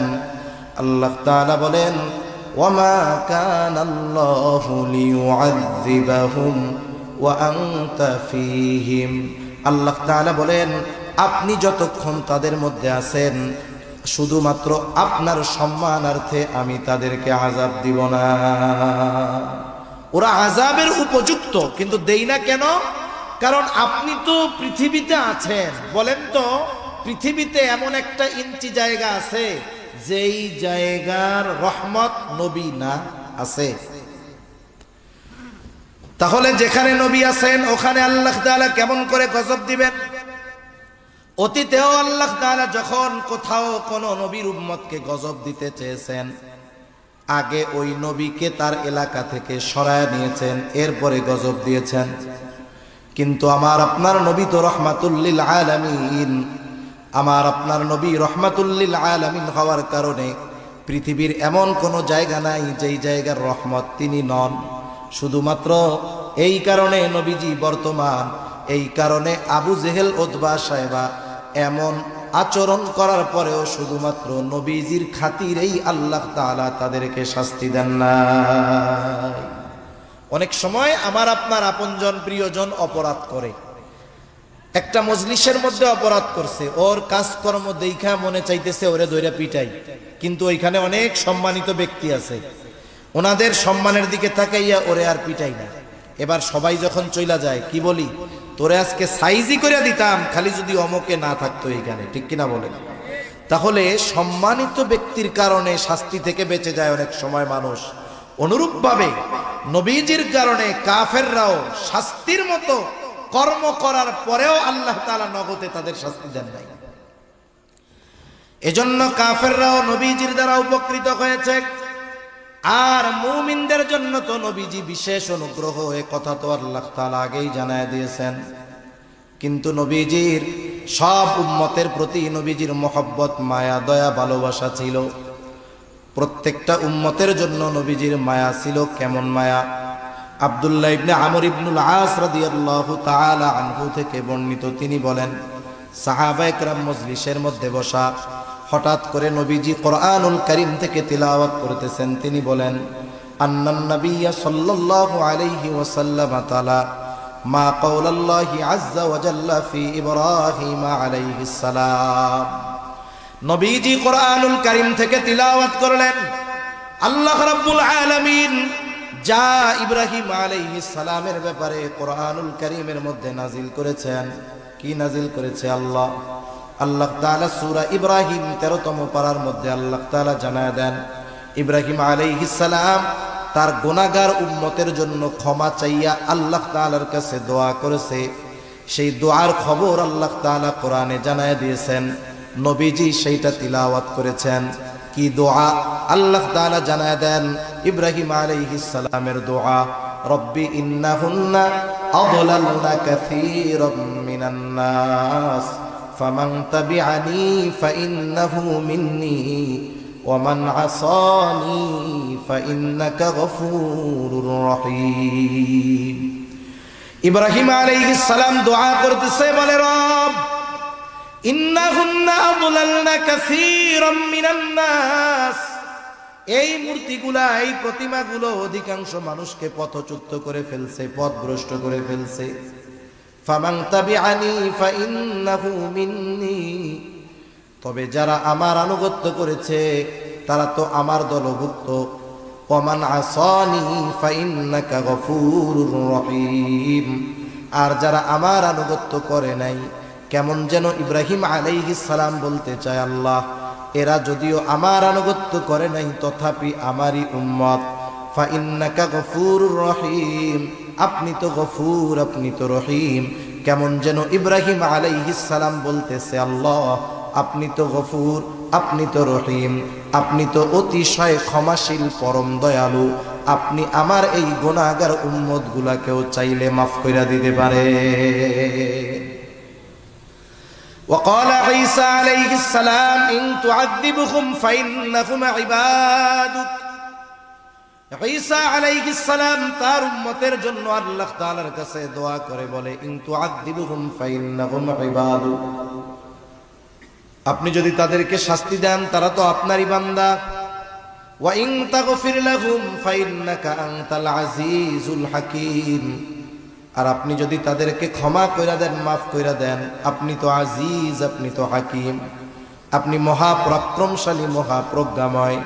কেমন যেন ঈসা আলাইহিস সালাম বলে, আল্লাহ আপনার এই গুনাহগার বান্দা, আমার এই গুনাহগার উম্মত গুলাকে আপনি মাফ কইরা দেন। উম্মত পাপী হোক আর নেককার হোক, সব উম্মতের প্রতি প্রত্যেকটা নবীর মায়া, মহব্বত, ভালোবাসা আছে না নাই? আছে।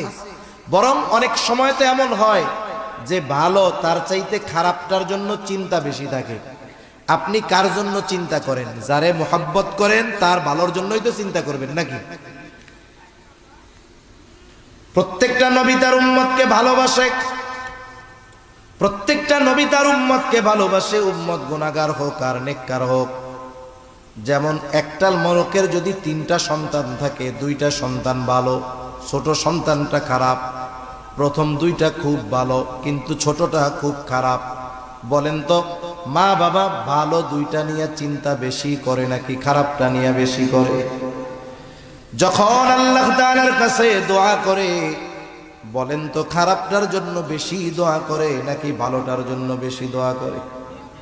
আল্লাহ তাআলার কাছে বারবার বলে, আল্লাহ মারা যাওয়ার আগে যদি এই ছেলেটাকে ভালো দেইখা মরতে পারতাম তাহলে শান্তি পাইতাম। এখন কথা হলো সন্তান তো খারাপ, এইটার জন্য চিন্তাকে বেশি কেন? এইটার জন্য দোয়া বেশি করে কেন? বলে যতই খারাপ হোক এটা তো সন্তান, এই কারণে খারাপ হইলেও তার প্রতি মোহাব্বত ভালোবাসা আছে না নাই? এখন বাস্তবতা হলো আমার আপনার মা বাবা আমাকে আপনাকে যত বেশি ভালোবাসে তার চাইতে নবীজি আমাকে আপনাকে বেশি ভালোবাসে। বাস্তবে আমাকে আপনাকে ভালোবাসে কে? জবাব হলো মুসিবতে পাশে থাকে যে। আপনাকে আমাকে ভালোবাসে কিন্তু বিপদের সময় পাশে নাই, এমন ভালোবাসার মানুষের আমাদের দরকার নাই, ঠিক কিনা কর? আল্লাহর কসম করে বলি, এই দুনিয়ার মুসিবত এটা কোনো মুসিবত নয়, আসল মুসিবত হলো কিয়ামতের দিন। ওই দিনের মুসিবত কেমন আল্লাহ তাআলা সূরা আবাসার মধ্যে একটু চিত্র তুলে ধরে বলেন, ইয়াউমা ইয়াফিরুল মারউ মিন আখিহি ওয়া উম্মিহি ওয়া আবিহি ওয়া সাহিবাতিহি ওয়া বানিহি লিকুল্লি ইমরিইন মিনহুম ইয়াউমাইযিন শা'নুন ইউগনি। আল্লাহ তাআলা বলেন কিয়ামতের দিন ভাই ভাইয়ের থেকে পলায়ন করবে, ওয়া উম্মিহি ওয়া আবিহি পিতা মাতার থেকে পলায়ন করবে, ওয়া সাহিবাতিহি ওয়া বানিহি স্ত্রী সন্তানদের থেকে পলায়ন করবে। প্রত্যেকটা মানুষ সেই দিন নিজের চিন্তায় বিভোর থাকবে। সেই দিন মা ছেলেকে চিনবে না, ছেলে মাকে চিনবে না। আল্লাহর কসম ওই দিন সকলে নিজের চিন্তায় বিভোর।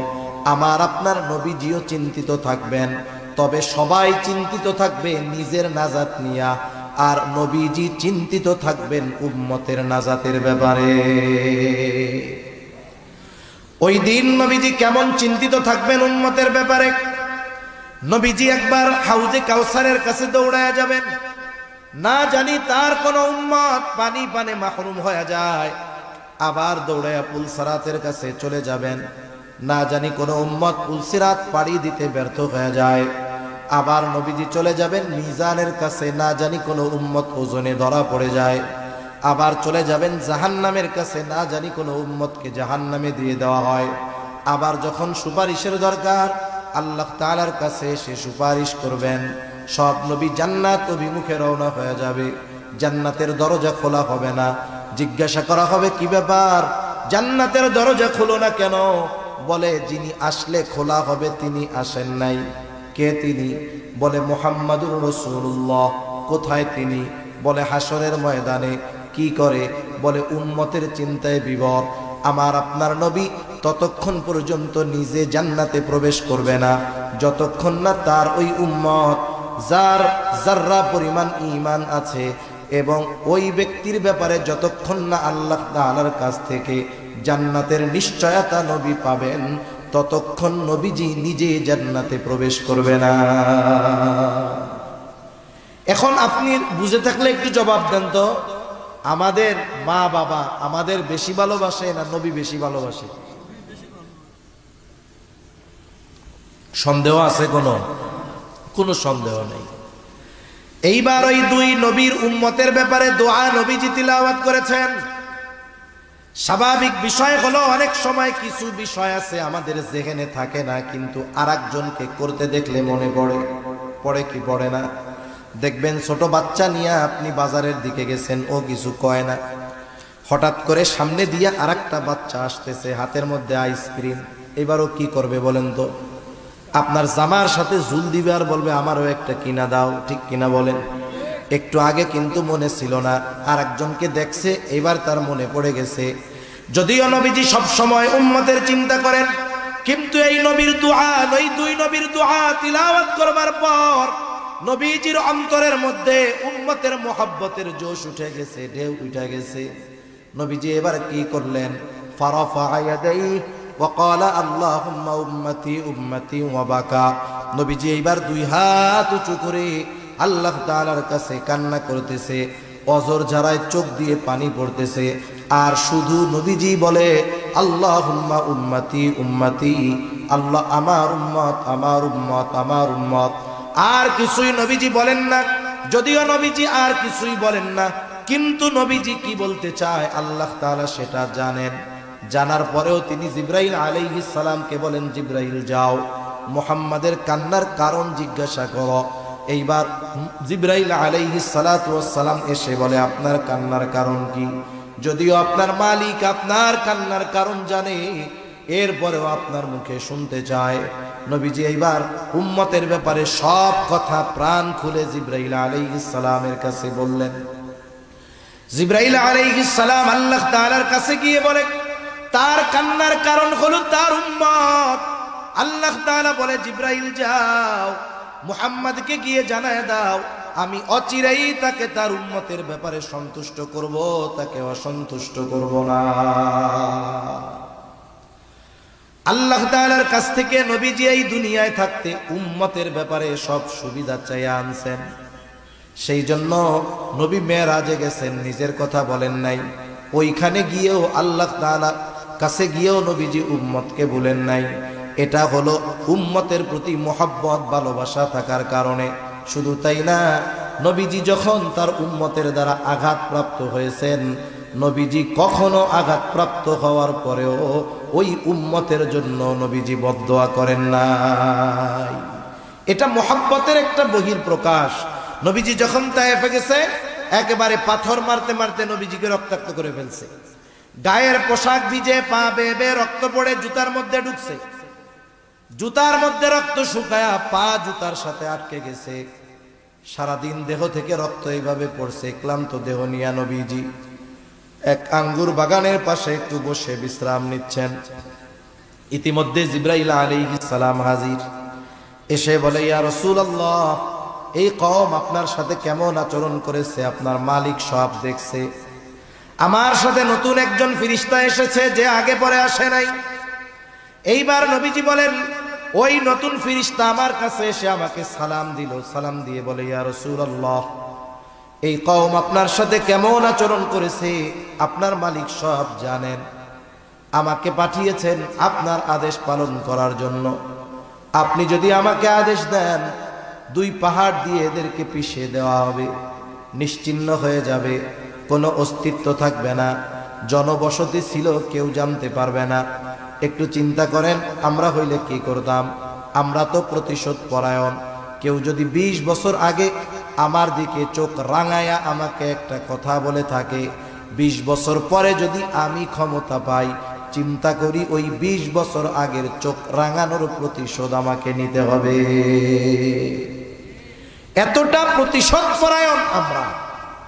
আমাদের এক হুজুর বলতো, আমাদের কাছে আইসা যদি কোনো জিন আইসা বলে যে আপনার মনের একটা আশাই পূরণ হবে, কি আশা? বলে আপনি যাদের উপরে প্রতিশোধ নিতে চান তাদের নাম দেন, তাদের প্রতিশোধ নেওয়া হবে। তাইলে 50-60 লম্বা তালিকা হয়ে যাবে আমাদের, যে ওরে একটু সাইজ করে দিয়েন, ওরে হালকা, ওরে খালি ঠ্যাংটা ভাঙবেন, ওর খালি হাতটা ভাঙলেই চলবে, ওর চোখ একটা উঠাইলেই হবে, আর কিছু লাগবে না। আমাদের প্রতিশোধের তালিকা অনেক লম্বা হয়ে যেত। কিন্তু যারা নবীজিকে রক্তাক্ত করে ফেলছে, এখনো রক্ত পরিপূর্ণ শুকায়া যায় নাই, তাদের ব্যাপারে নবীজির প্রতিশোধের সুযোগ ফেরেশতা বলতেছে, আদেশ দেন, দুই পাহাড় দিয়ে একবারে পিষে দিব এদেরকে। নবীজি কি করলেন? আরাম করে একটু শুয়েছিলেন, নবীজি আবার উঠে বসলেন। ফেরেশতার এই কথার জবাবে নবীজি বলেন, বাল আরজু আন ইয়াখরুজাল্লাহু মিন আসলাবিহিম মান ইয়াবুদুল্লাহ ওয়াহদাহু ওয়া লা ইউশরিকু বিহি শাইআ। কেমন যেন নবীজি বলতেছেন, তুমি তো আমাকে বলতেছো আদেশ দেন, দুই পাহাড় দিয়ে এদেরকে পিষে শেষ করে দেয়। শুনে নাও, এই মানুষগুলোর ব্যাপারে আমি আল্লাহ তাআলার কাছে এই আশা পোষণ করি যে আল্লাহ তাআলা এদের মধ্য থেকে এমন এক সম্প্রদায় বের করবে যারা এক আল্লাহর ইবাদত করবে, তার সাথে কারো শরীক করবে না। ওদের কি হবে সেটা জানি না, কিন্তু আশা করি আল্লাহ তাআলা ওদের মধ্য থেকে এমন মানুষ বের করবে। নবীজি এর দ্বারা কি বুঝাইলেন? যেই উম্মত দুনিয়ায় আসে নাই তার প্রতিও ভালোবাসার নিদর্শন নবীজি দেখায় গেছেন, ঠিক কিনা বলেন? সাহাবায়ে কেরাম সাথে নবীজি একদিন পথ চলতেছেন, হঠাৎ করে নবীজি বলেন, আমার ভাইদেরকে দেখতে মন চায়। সাহাবায়ে কেরাম বলে, ইয়া রাসূলুল্লাহ, আমরা কি আপনার ভাই নই? নবীজি বলেন, না, তোমরা হইলা আমার সাথী। আপনার ভাই তারা আবার কারা? বলে, আমার পরে আমাকে না দেখে যারা ঈমান আনবে তারাই হলো আমার ভাই। কিয়ামত পর্যন্ত প্রত্যেকটা উম্মতের প্রতি ভালোবাসার খবর নবীজি দিয়ে গেছেন, ঠিক কিনা বলেন? একের পর এক লম্বা সময় বলা যাবে উম্মতের প্রতি নবীজির কেমন ভালোবাসা। তবে অনেক সময় আছে হাজার মানুষের কথার চাইতে একজনের কথার দাম অনেক, ঠিক কিনা বলেন? নবীজি আমাদের কেমন ভালোবাসেন স্বয়ং আল্লাহ তাআলা কোরআনুল কারীমের মধ্যে জানায় দেন। আল্লাহ তাআলা বলেন, লাকাদ জাআকুম রাসূলুম মিন আনফুসিকুম আজিজুন আলাইহি মা আনিতুম হারিসুন আলাইকুম বিল মুমিনিনা রাউফুর রহিম। আল্লাহ তাআলা বলেন, লাকাদ জাআকুম রাসূলুম মিন আনফুসিকুম, তোমাদের মধ্য থেকে তোমাদের জন্য এমন একজন রাসূলের আগমন ঘটেছে, এমন একজন রাসূল এসেছে। কেমন সেই রাসূল? বলে, আজিজুন আলাইহি মা আনিতুম, তোমাদের জন্য যেটা কষ্টদায়ক সেটা তার জন্য কষ্টের। এটাকে বলা হয় সমব্যথী। তার মানে উম্মতের ব্যথায় নবীজি ব্যথিত হন। দেখবেন যার সাথে যার যত বেশি মহব্বত, তার কষ্ট তাকেও অন্য কেউ কষ্ট দেয়, ঠিক কিনা বলেন? এখন যদি বলেন, ভাই হুজুর এইটা কেমন কথা, আর একজনের কষ্টে আমি আপনি কেন কষ্ট পাবো, নবী কেন কষ্ট পাবেন? একটা উদাহরণ দেই, তাইলে বুঝতে সহজ হবে।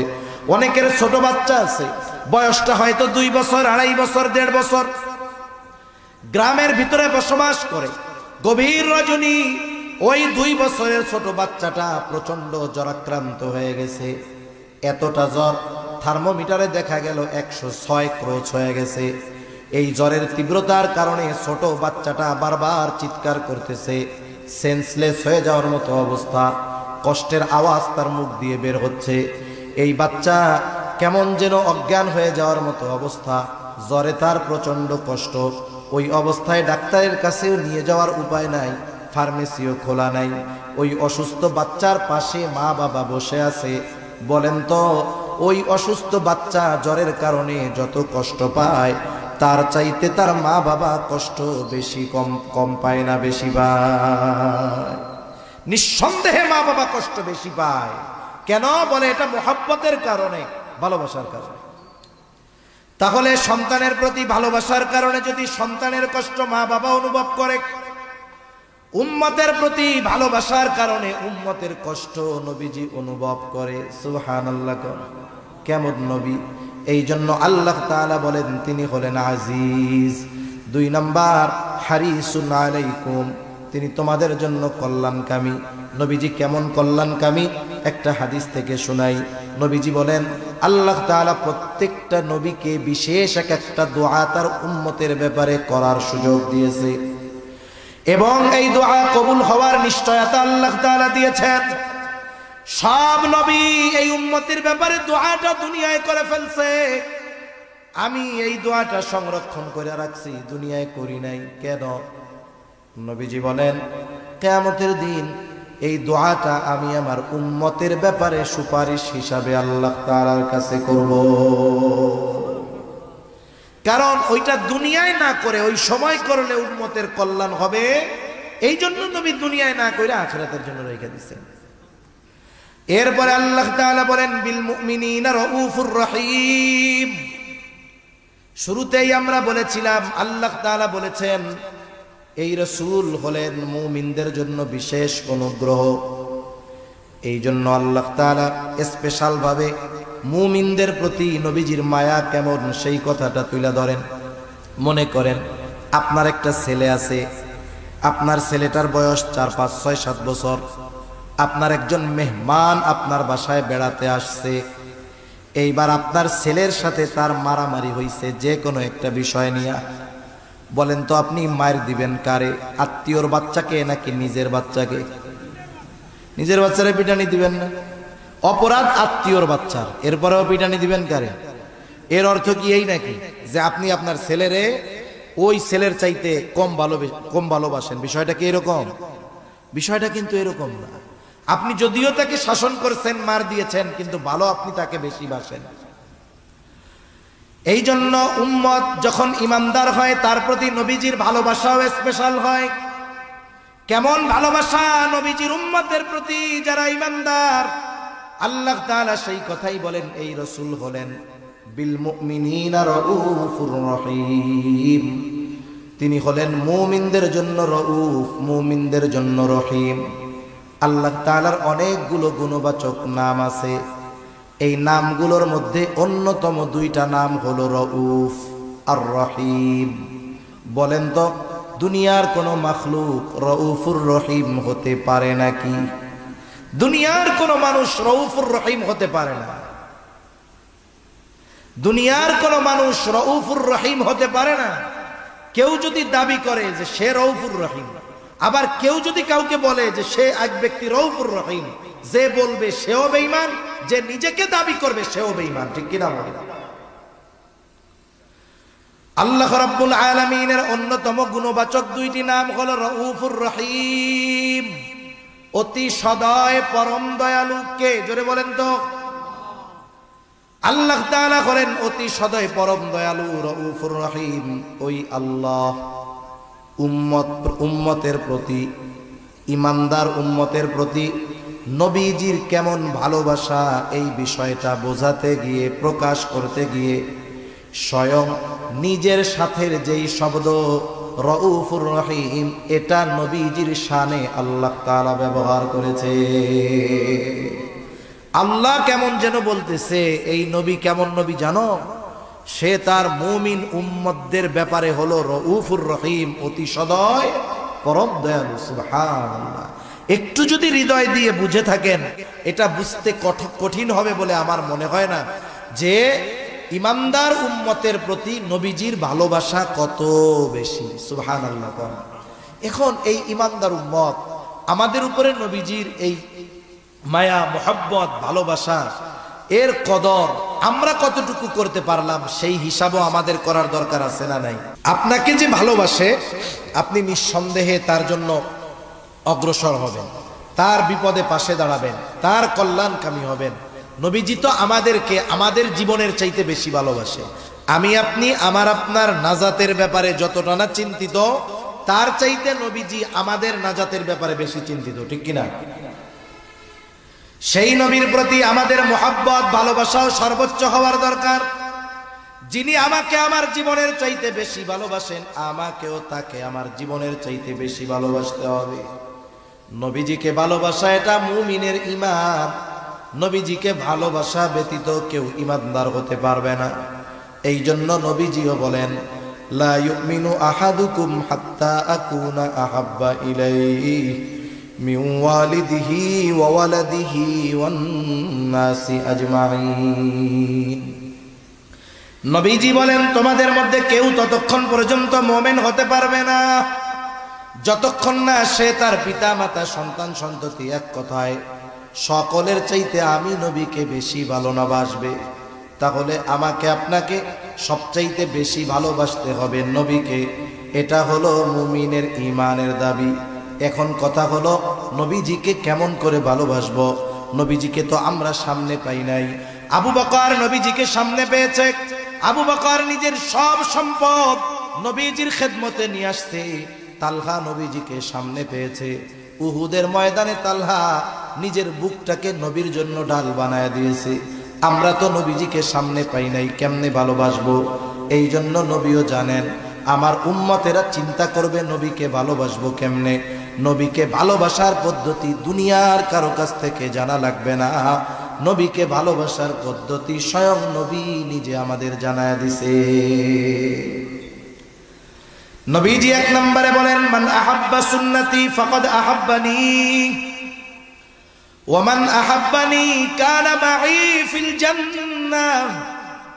নবীজি বলেন, যে আমার সুন্নাতকে ভালোবাসলো, আমি নবীকে ভালোবাসলো, তার মানে নবীর সুন্নতকে যে ভালোবাসে কেমন যেন সে নবীকেই ভালোবাসে। আর নবীকে ভালোবাসলে লাভ কি? বলে ওমান আহাব্বানি কানা মাই ফিল জান্নাহ, যে আমাকে ভালোবাসবে সে আমি নবীর সাথে জান্নাতে অবস্থান করবে। দুনিয়াতে আমরা একজন সম্মানিত মানুষের সাথে পাশে থাকার জন্য কত চেষ্টা করি, আর নবীর সাথে জান্নাতে থাকার অফার নবীজি দিয়ে গেছেন, কিন্তু এ ব্যাপারে আমরা বেখবর, এ ব্যাপারে আমাদের কোনো আগ্রহ নাই কেমন যেন। অথচ নবীজির সাথে থাকার খবর শুনে সাহাবায়ে কেরাম কেমন খুশি হয়েছে। হযরত আনাস রাদিয়াল্লাহু তাআলা আনহু থেকে বর্ণিত হাদিস, তিনি বলেন, একজন গ্রাম্য সাহাবী নবীজিকে এসে জিজ্ঞাসা করতেছে, ইয়া রাসূলুল্লাহ মাতাস সাআহ, হে আল্লাহর রাসূল কিয়ামত কখন হবে? এই সাহাবীর বলার ভাবটা মনে হয় এরকম ছিল যে সে কিয়ামতের জন্য প্রস্তুত, কিন্তু কিয়ামত আসতেছে না, ভাবটা কেমন যেন এরকম। এই জন্য নবী পাল্টা তাকে প্রশ্ন করলেন, মা আদাত্তালাহা, তুমি কিয়ামতের জন্য কি পাথেয় সংগ্রহ করেছ? লোকটার সহজ সরল জবাব, আমি আল্লাহ এবং তার রাসূলকে ভালোবাসি। নবীজি এবার জবাবে বললেন, আল মারউ মা মান আহাব্বা, যে যাকে মোহাব্বত করে তার সাথে অবস্থান করবে। এই জবাব শুনে লোকটা বাড়ির দিকে হাঁটা দিল। চিন্তা করেন, প্রশ্ন ছিল কি, শেষ জবাবটা হইল কি? প্রশ্ন শুরু হইছে কিয়ামত কখন হবে, আর জবাব হইল যে যাকে মোহাব্বত করে তার সাথে অবস্থান করবে। তার মানে প্রশ্নকারীরও অন্য কিছু জানার উদ্দেশ্য ছিল। অনেক সময় জানার উদ্দেশ্য একটা, কিন্তু প্রশ্ন করে আর একটা। তা যাই হোক, হযরত আনাস রাদিয়াল্লাহু তাআলা আনহু বলেন, নবীজির মুখে এই কথা শুনে আমরা এতটা খুশি হয়েছি যে ইসলাম গ্রহণের পরে আর কোনো কথায় আমরা এতটা খুশি হই না। তাহলে নবীর সাথে জান্নাতে থাকার অফার আছে যদি নবীর সুন্নাতকে মোহাব্বত করি। এখন কথা হলো, নবীর সাথে যদি থাকতে হয় আগে জান্নাতে যাইতে হবে। জান্নাতে তো যাইতে হবে, এরপরে না সাথে থাকা। জান্নাতে কি আমল করলে যাওয়া যাবে? নবীজি সেটাও জানায় দিয়ে বলেন, নবীজি বলেন, কুল্লু উম্মতি ইয়াদখুলুনাল জান্নাতা ইল্লা মান আবা। নবী বলেন, আমার সব উম্মত জান্নাতে প্রবেশ করবে, আবা উম্মত ছাড়া। প্রশ্ন করা হলো, আবা উম্মত কারা? নবীজি বলেন, মান আতাআনি দাখালাল জান্নাহ ওয়া মান আসানি ফাকাদ আবা।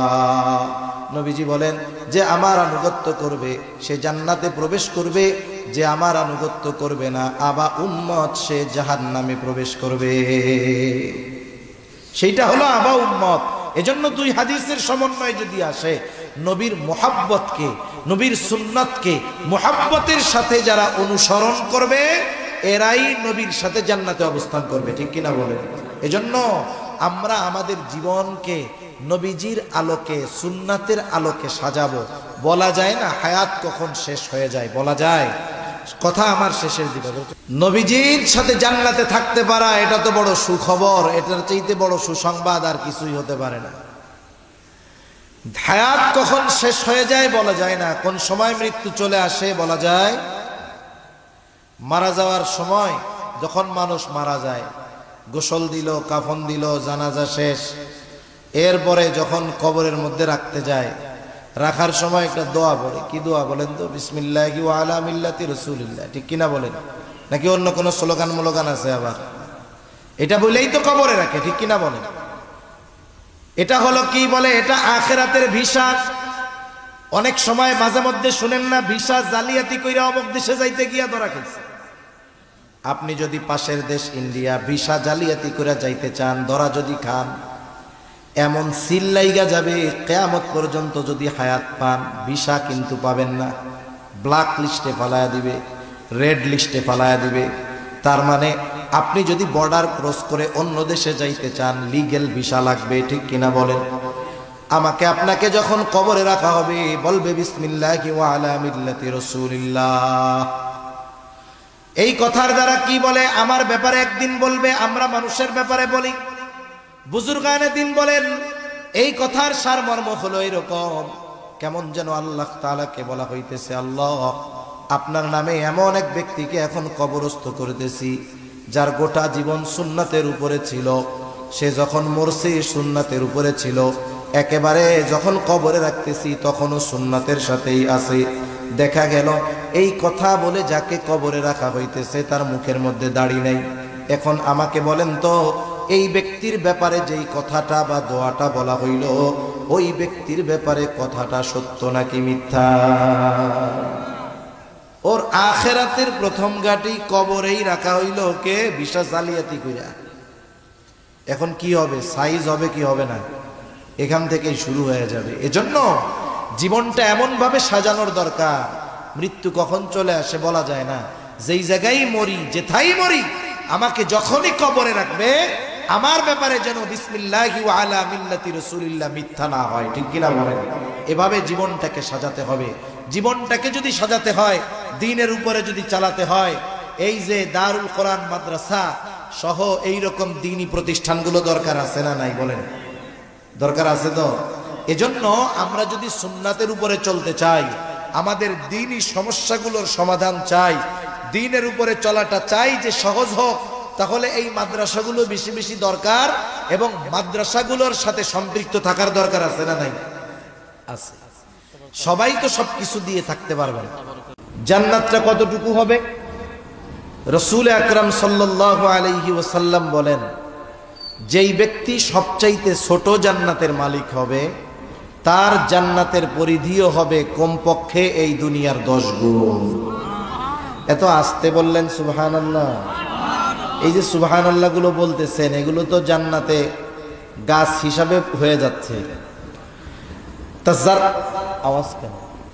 তাহলে যাররা পরিমাণ ঈমানের মালিক সে জান্নাত পাবে কমপক্ষে এই দুনিয়ার কয় গুণ? একটু জবান খুলে বলেন তো। 10 গুণ। তাহলে সবচেয়ে দামি নিয়ামত হলো ঈমান।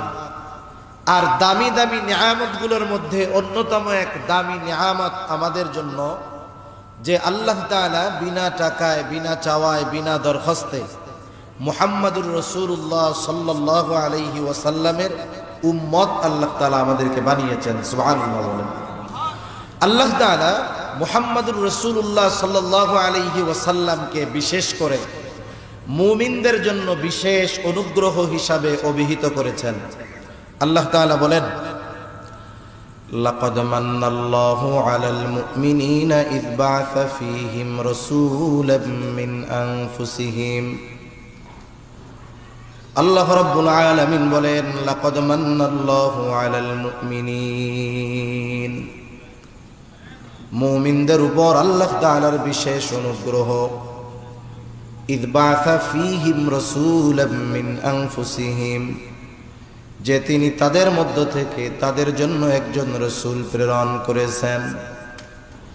তাহলে আল্লাহ রাব্বুল আলামিন জানায় দিলেন এই রাসূল হলো মুমিনদের জন্য অনুগ্রহ, বিশেষ অনুগ্রহ। তবে নবী মুমিনদের জন্য বিশেষ অনুগ্রহ, তবে গোটা সৃষ্টি জগতই নবীজির দ্বারা উপকৃত হয়। এই জন্য আল্লাহ রাব্বুল আলামিন আমার আপনার নবীজিকে গোটা সৃষ্টি জগতের জন্য রহমত হিসাবে অভিহিত করেছেন। পবিত্র কোরআনুল কারীমের সর্বাধিক পাঠিত সূরার নাম হলো সূরা ফাতিহা। সূরা ফাতিহা এমন একটা সূরা প্রত্যেক নামাজের প্রতি রাকাতে লাগে। ইমামের পেছনে যখন পড়া হয়, ইমামের কেরাত, মুসল্লির কেরাত একা যখন পড়া হয়, নিজে পড়া হয় সূরা ফাতিহা। মোট কথা হইল প্রত্যেক নামাজের সূরা, প্রত্যেক রাকাতে সূরা ফাতিহা লাগে। জামাতে পড়ুক আর একাকী পড়ুক, সূরা ফাতিহার প্রয়োজন হয়। এই সূরা ফাতিহার শুরুতেই আমরা বলি আলহামদুলিল্লাহি রাব্বিল আলামিন। আমরা বলি সকল প্রশংসা আল্লাহর জন্য, যিনি জগৎ সমূহের রব, জগৎ সমূহের প্রতিপালক। সব প্রশংসা আল্লাহর জন্য, যিনি জগৎ সমূহের রব। আলম একবচন, আলামিন বহুবচন। তার মানে আলম তথা জগৎ একটা নয়, বরং অগণিত জগৎ যিনি সৃষ্টি করেছেন তিনি কে? মহাকাশ নিয়ে যারা গবেষণা করে, পৃথিবীর মধ্যে সবচাইতে প্রসিদ্ধ যেই সংগঠন, এটার নাম হলো নাসা। মহাকাশ নিয়ে তারা গবেষণা করে। আমাদের দেশেও আছে মহাকাশ গবেষণা কেন্দ্র, যেটার নাম হলো স্পার্স। কিন্তু নাসা কত অ্যাডভান্স, নাসার চাইতে আমরা আরো বেশি অ্যাডভান্স। নাসা যেটা 100 বছর পরের হিসাব চিন্তা করতেছে, আমরা এটা 100 বছর আগে করি। কেন আপনি বলেন তো? আপনি যদি কোনো ইঞ্জিনিয়ার, দেশের সেরা ইঞ্জিনিয়ারকে বড় মেডিকেল কলেজ হসপিটালের দায়িত্ব দিয়ে বলেন আজ থেকে মেজর অপারেশনগুলো ইঞ্জিনিয়ার সাহেব আপনি করবেন, এটা কি পসিবল? তার জন্য সম্ভব? সম্ভব না। আমাদের দেশের মহাকাশ গবেষণা কেন্দ্রের মহাপরিচালক যিনি, তিনি একজন কৃষিবিদ। বলেন তো কৃষিবিদের কাজ কি? কৃষিবিদের কাজ হইল যে ধানে কেন পোকা লাগতেছে, এই ধানগুলো কেন তাজা হইতেছে না, ধানের পোকাগুলো কিভাবে দূর করা যায়, কিভাবে উৎপাদন বাড়ানো যায়, এই কাজগুলো হইল তার। ঠিক কিনা বলেন? এখন আমরা কেন নাসায় একজন কৃষিবিদকে নিয়োগ দিলাম? মহাপরিচালক হিসাবে কেন কৃষিবিদকে দিলাম? আপনারা কি শুনেন মাঝে মধ্যে যে আশা করা যায় কয়েক যুগের মধ্যেই মঙ্গল গ্রহে মানুষের বসবাস হবে? শুনতেছেন এরকম? কেন? মঙ্গলে জমি কিনতেছে। এখন মানুষ যদি বসবাস করে, মানুষের খাবারের দরকার আছে না নাই? কথা বলে না। খাবারের দরকার আছে। খাবার দরকার হলে চাষাবাদের দরকার আছে। তাহলে ওই চাষাবাদ করবে কেডা? আমাকেও আমরা যে করব। এই জন্য মহাকাশ গবেষণায় আমরা একজন কৃষিবিদরে নিয়োগ দিছি। তাইলে বলেন নাসা অ্যাডভান্স না আমরা অ্যাডভান্স? এই হলো দেশের অবস্থা। যার যে কাম না, তারে যদি সেই কাজ দিয়ে রাখে, তাহলে ওই জায়গায় উন্নতি কশিন কালেও সম্ভব নয়। তাহলে এই নাসা মাঝে মধ্যে আমাদেরকে খবরে জানায় যে নতুন আর একটা গ্রহ আবিষ্কার করা হয়েছে। দুনিয়ার মানুষ এই খবর শ্রবণ করবার পরে অবাক হয়ে যায়, হতবাক হয়ে যায়। কিন্তু আল্লাহ তাআলা ১৫০০ বছর আগেই এই বিশ্ববাসীকে জানায় দিয়েছেন জগৎ একটা নয়, বরং বহু জগৎ যিনি সৃষ্টি করলেন তিনি কে? তাহলে আল্লাহ তাআলা হলেন রব্বুল আলামিন, জগৎ সমূহের রব, জগৎ সমূহের প্রতিপালক। সেই রব, সেই মালিক আল্লাহ তাআলা কোরআনুল কারীমের মধ্যে ঘোষণা দিয়ে বলেন, ওয়ামা আরসালনাকা ইল্লা রাহমাতাল লিল আলামিন। আমার আপনার নবীর ব্যাপারে আল্লাহ রাব্বুল আলামিন বলেন, আপনাকে আমি জগৎ সমূহের জন্য রহমত হিসাবে প্রেরণ করেছি। তাহলে জগৎ সমূহের রব হলেন আল্লাহ, জগৎ সমূহের রহমত হলেন মুহাম্মাদুর রাসূলুল্লাহ। সৃষ্টি জগতে একটা ইঞ্চি জায়গা খুঁজে পাওয়া যাবে না যেই জায়গার রব আমার আপনার আল্লাহ তাআলা নয়। অনুরূপভাবে সৃষ্টি জগতের মধ্যে একটা ইঞ্চি জায়গা খুঁজে পাওয়া যাবে না যেই জায়গার রহমত আমার আপনার নবীজি নয়। যেখানে রব আল্লাহ, সেখানে রহমতি মুহাম্মাদুর রাসূলুল্লাহ সাল্লাল্লাহু আলাইহি ওয়াসাল্লাম। নবীজি রাহমাতুল লিল আলামিন হওয়ার কারণে সুবিধাজি শুধু মুমিনরা ভোগ করে তা নয়, কাফেররাও ভোগ করতেছে। কিয়ামত পর্যন্ত সব কাফেররা ভোগ করবে। নবীজি যখন ছিলেন তখনও কাফেররা নবীজির কারণে উপকৃত হয়েছে। হাদিস থেকে শোনাই আপনাদের। একবার আবু জেহেল নবীজির সামনে এসে আল্লাহ তাআলাকে শোনায় শোনায় দোয়া করতেছে, বলে আল্লাহ, আপনি যদি সত্যই কোরআন মুহাম্মাদের উপরে নাজিল করে থাকেন তাহলে আমাদের উপরে পাথর বর্ষণ করেন অথবা যন্ত্রণাদায়ক শাস্তি দেন। আবু জেহেল নবীজিকে শোনায়া শোনায়া আল্লাহ তাআলার কাছে দোয়া করে। কথা হলো, ওর যদি পাথর বর্ষণ নিতে মন চায়, যন্ত্রণাদায়ক শাস্তি নিতেই মন চায়, তাইলে নবীজিকে শ্রবণ করানোর দরকার কি? গোপনে আল্লাহর কাছে বললেই তো হলো, ঠিক না? নবীজিকে শোনায়া আল্লাহ তাআলার কাছে বলতেছে, কেমন যেন বলে, আল্লাহ, সত্যই যদি আপনি কোরআন মুহাম্মাদের উপরে নাজিল করে থাকেন তাহলে আমাদের উপরে পাথর বর্ষণ করেন অথবা যন্ত্রণাদায়ক শাস্তি দেন। প্রথম কথা হলো আবু জেহেল এটা তো কাফের, আল্লাহ তাআলার কাছে দোয়া করে কেন? বলে যদিও এরা মুশরিক কিন্তু এরা আল্লাহ তাআলার অস্তিত্বে বিশ্বাসী ছিল। এ কথা আমার নয়, স্বয়ং আল্লাহ তাআলাই কোরআনুল কারীমের মধ্যে বলেন ওয়ালা ইন সাআলতাহুম মান খালাকাস সামাওয়াতি ওয়াল আরদ। আল্লাহ তাআলা বলেন আপনি যদি মক্কার মুশরিকদেরকে জিজ্ঞাসা করেন মান খালাকাস সামাওয়াতি ওয়াল আরদ, আসমান এবং জমিনের স্রষ্টা কে, আপনি যদি তাদের কাছে জানতে চান জিজ্ঞাসা করেন, আপনার এই প্রশ্নের জবাবে তারা কি বলবে? আল্লাহ তাআলা দুইটা তাকিদ যোগ করে বলেন লা ইয়াকুলুনাল্লাহ, অবশ্যই অবশ্যই তারা বলবে আসমান এবং জমিনের স্রষ্টা হলেন আল্লাহ। আল্লাহ তাআলা আরেক জায়গায় বলেন ওয়ালা ইন সাআলতাহুম মান নাযালা মিনাস সামাই মাআন ফাআহইয়া বিহিল আরদা বা'দা মাউতিহা লা ইয়াকুলুনাল্লাহ।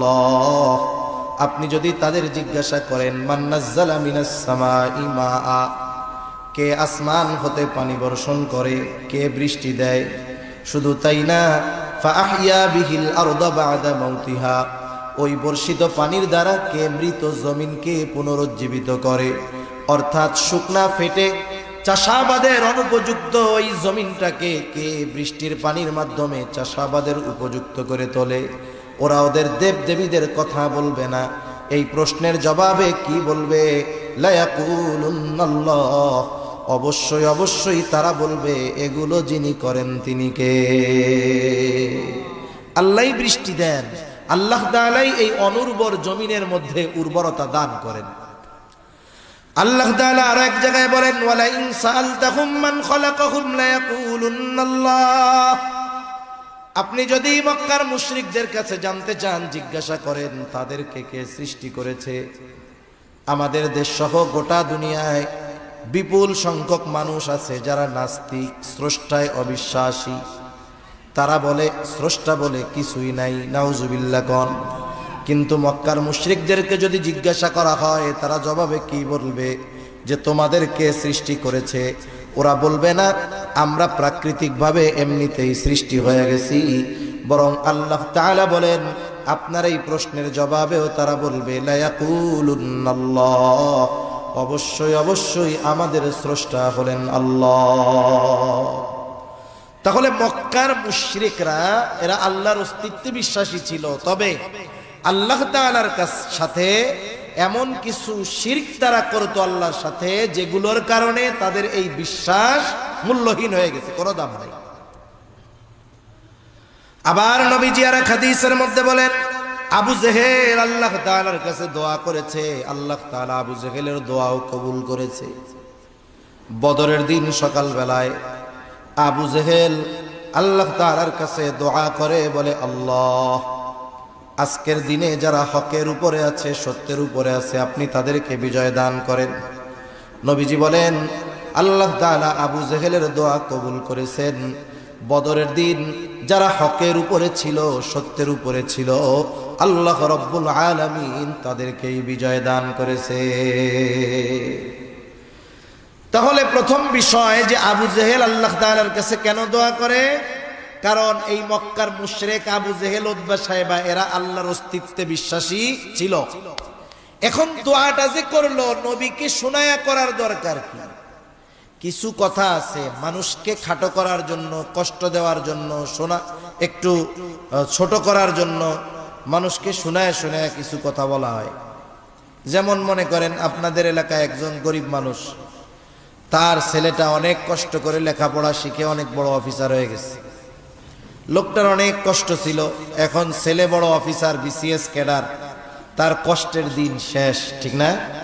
চায়ের দোকানে মানুষেরা বলা বলি করতেছে, দেখছো অমুক চাচার ছেলে অনেক বড় অফিসার হয়ে গেছে, চাচার আর কষ্ট নাই। এই দুনিয়ায় মানুষ মানুষের সাথে শত্রুতার জন্য, মানুষের সাথে মানুষের বিরোধের জন্য শত্রুতা থাকার দরকার হয় না। আপনার উন্নতি অনেক সময় আপনাকে অন্যের চোখের কাঁটা বানিয়ে দিতে পারে, ঠিক কিনা বলেন? এটারে বলে হিংসা। একজনের উন্নতি হচ্ছে আর একজনের হিংসা আসছে, অটোমেটিকলি তার প্রতি একটা বিদ্বেষ, শত্রুতা তার অন্তরের মধ্যে চলে আসে। আর একজন পাশে দাঁড়ায় শুনতেছে, তোমরা কি বলা বলি করো? বলে শুনেন নাই, অমুক চাচার ছেলে অনেক বড় অফিসার হয়ে গেছে।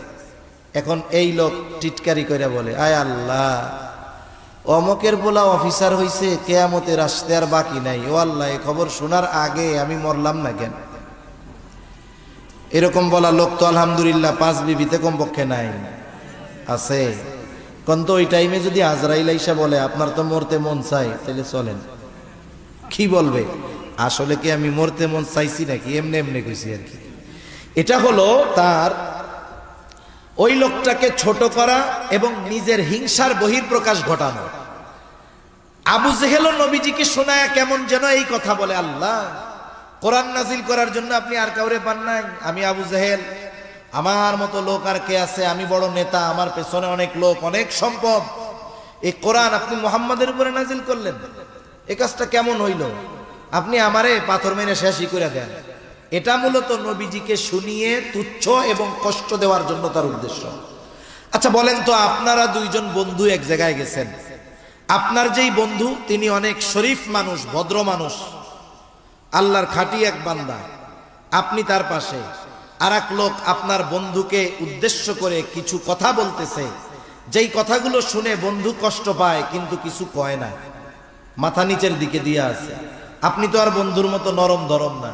এখন বলেন তো, আপনার বন্ধুকে উদ্দেশ্য করে এই রকম তির্যক মার্কা কথা, খোসা মারা কথা, কষ্ট দেওয়ার কথা কেউ যদি বলে, আপনি চুপ করে শুনবেন না প্রতিবাদ করবেন? নবীজি আবু জেহেলের এই কথায় কিছু বলে না, কিন্তু আল্লাহ রাব্বুল আলামিন আবু জেহেলের এই কথার জবাব পাঠায় দিলেন। আল্লাহ তাআলা ওহী নাজিল করে জানায় দেন, আল্লাহ তাআলা কেমন যেন বলেন, ও আবু জেহেল, তোমরা যা বলো, তোমরা যা করো, তাতে তোমরা তো ওই রকম শাস্তির উপযুক্ত। তবে তোমাদের এত অবাধ্যতার পরেও, সীমা লঙ্ঘনের পরেও কেন আমি তোমাদের শাস্তি দেই না, শুনা নাও। এই কথাটাই কেমন যেন নবীজির জবান দিয়ে আবু জেহেলকে আল্লাহ শোনায় দেন।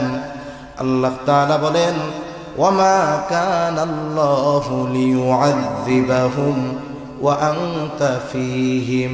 আল্লাহ তাআলা বলেন, আপনি যতক্ষণ তাদের মধ্যে আছেন, শুধুমাত্র আপনার সম্মানার্থে আমি তাদেরকে আযাব দিব না। ওরা আযাবের উপযুক্ত, কিন্তু দেই না কেন?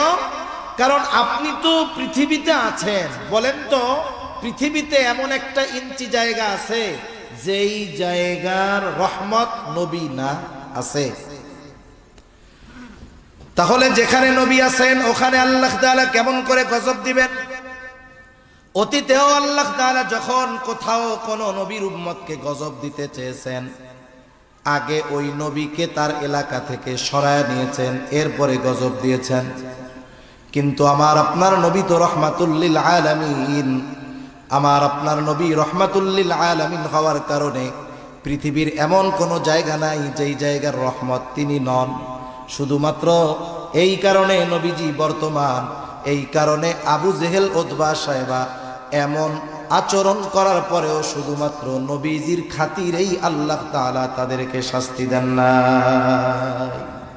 অনেক সময় আমার আপনার আপনজন, প্রিয়জন অপরাধ করে, একটা মজলিসের মধ্যে অপরাধ করছে, ওর কাজকর্ম দেখা মনে চাইতেছে ওরে ধইরা পিটাই, কিন্তু ওইখানে অনেক সম্মানিত ব্যক্তি আছে, ওনাদের সম্মানের দিকে তাকাইয়া ওরে আর পিটাই না।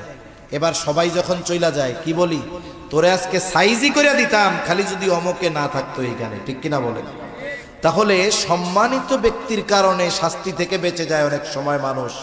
অনুরূপভাবে নবীজির কারণে কাফেররাও শাস্তির মতো কর্ম করার পরেও আল্লাহ তাআলা নগদে তাদের শাস্তি দেন নাই।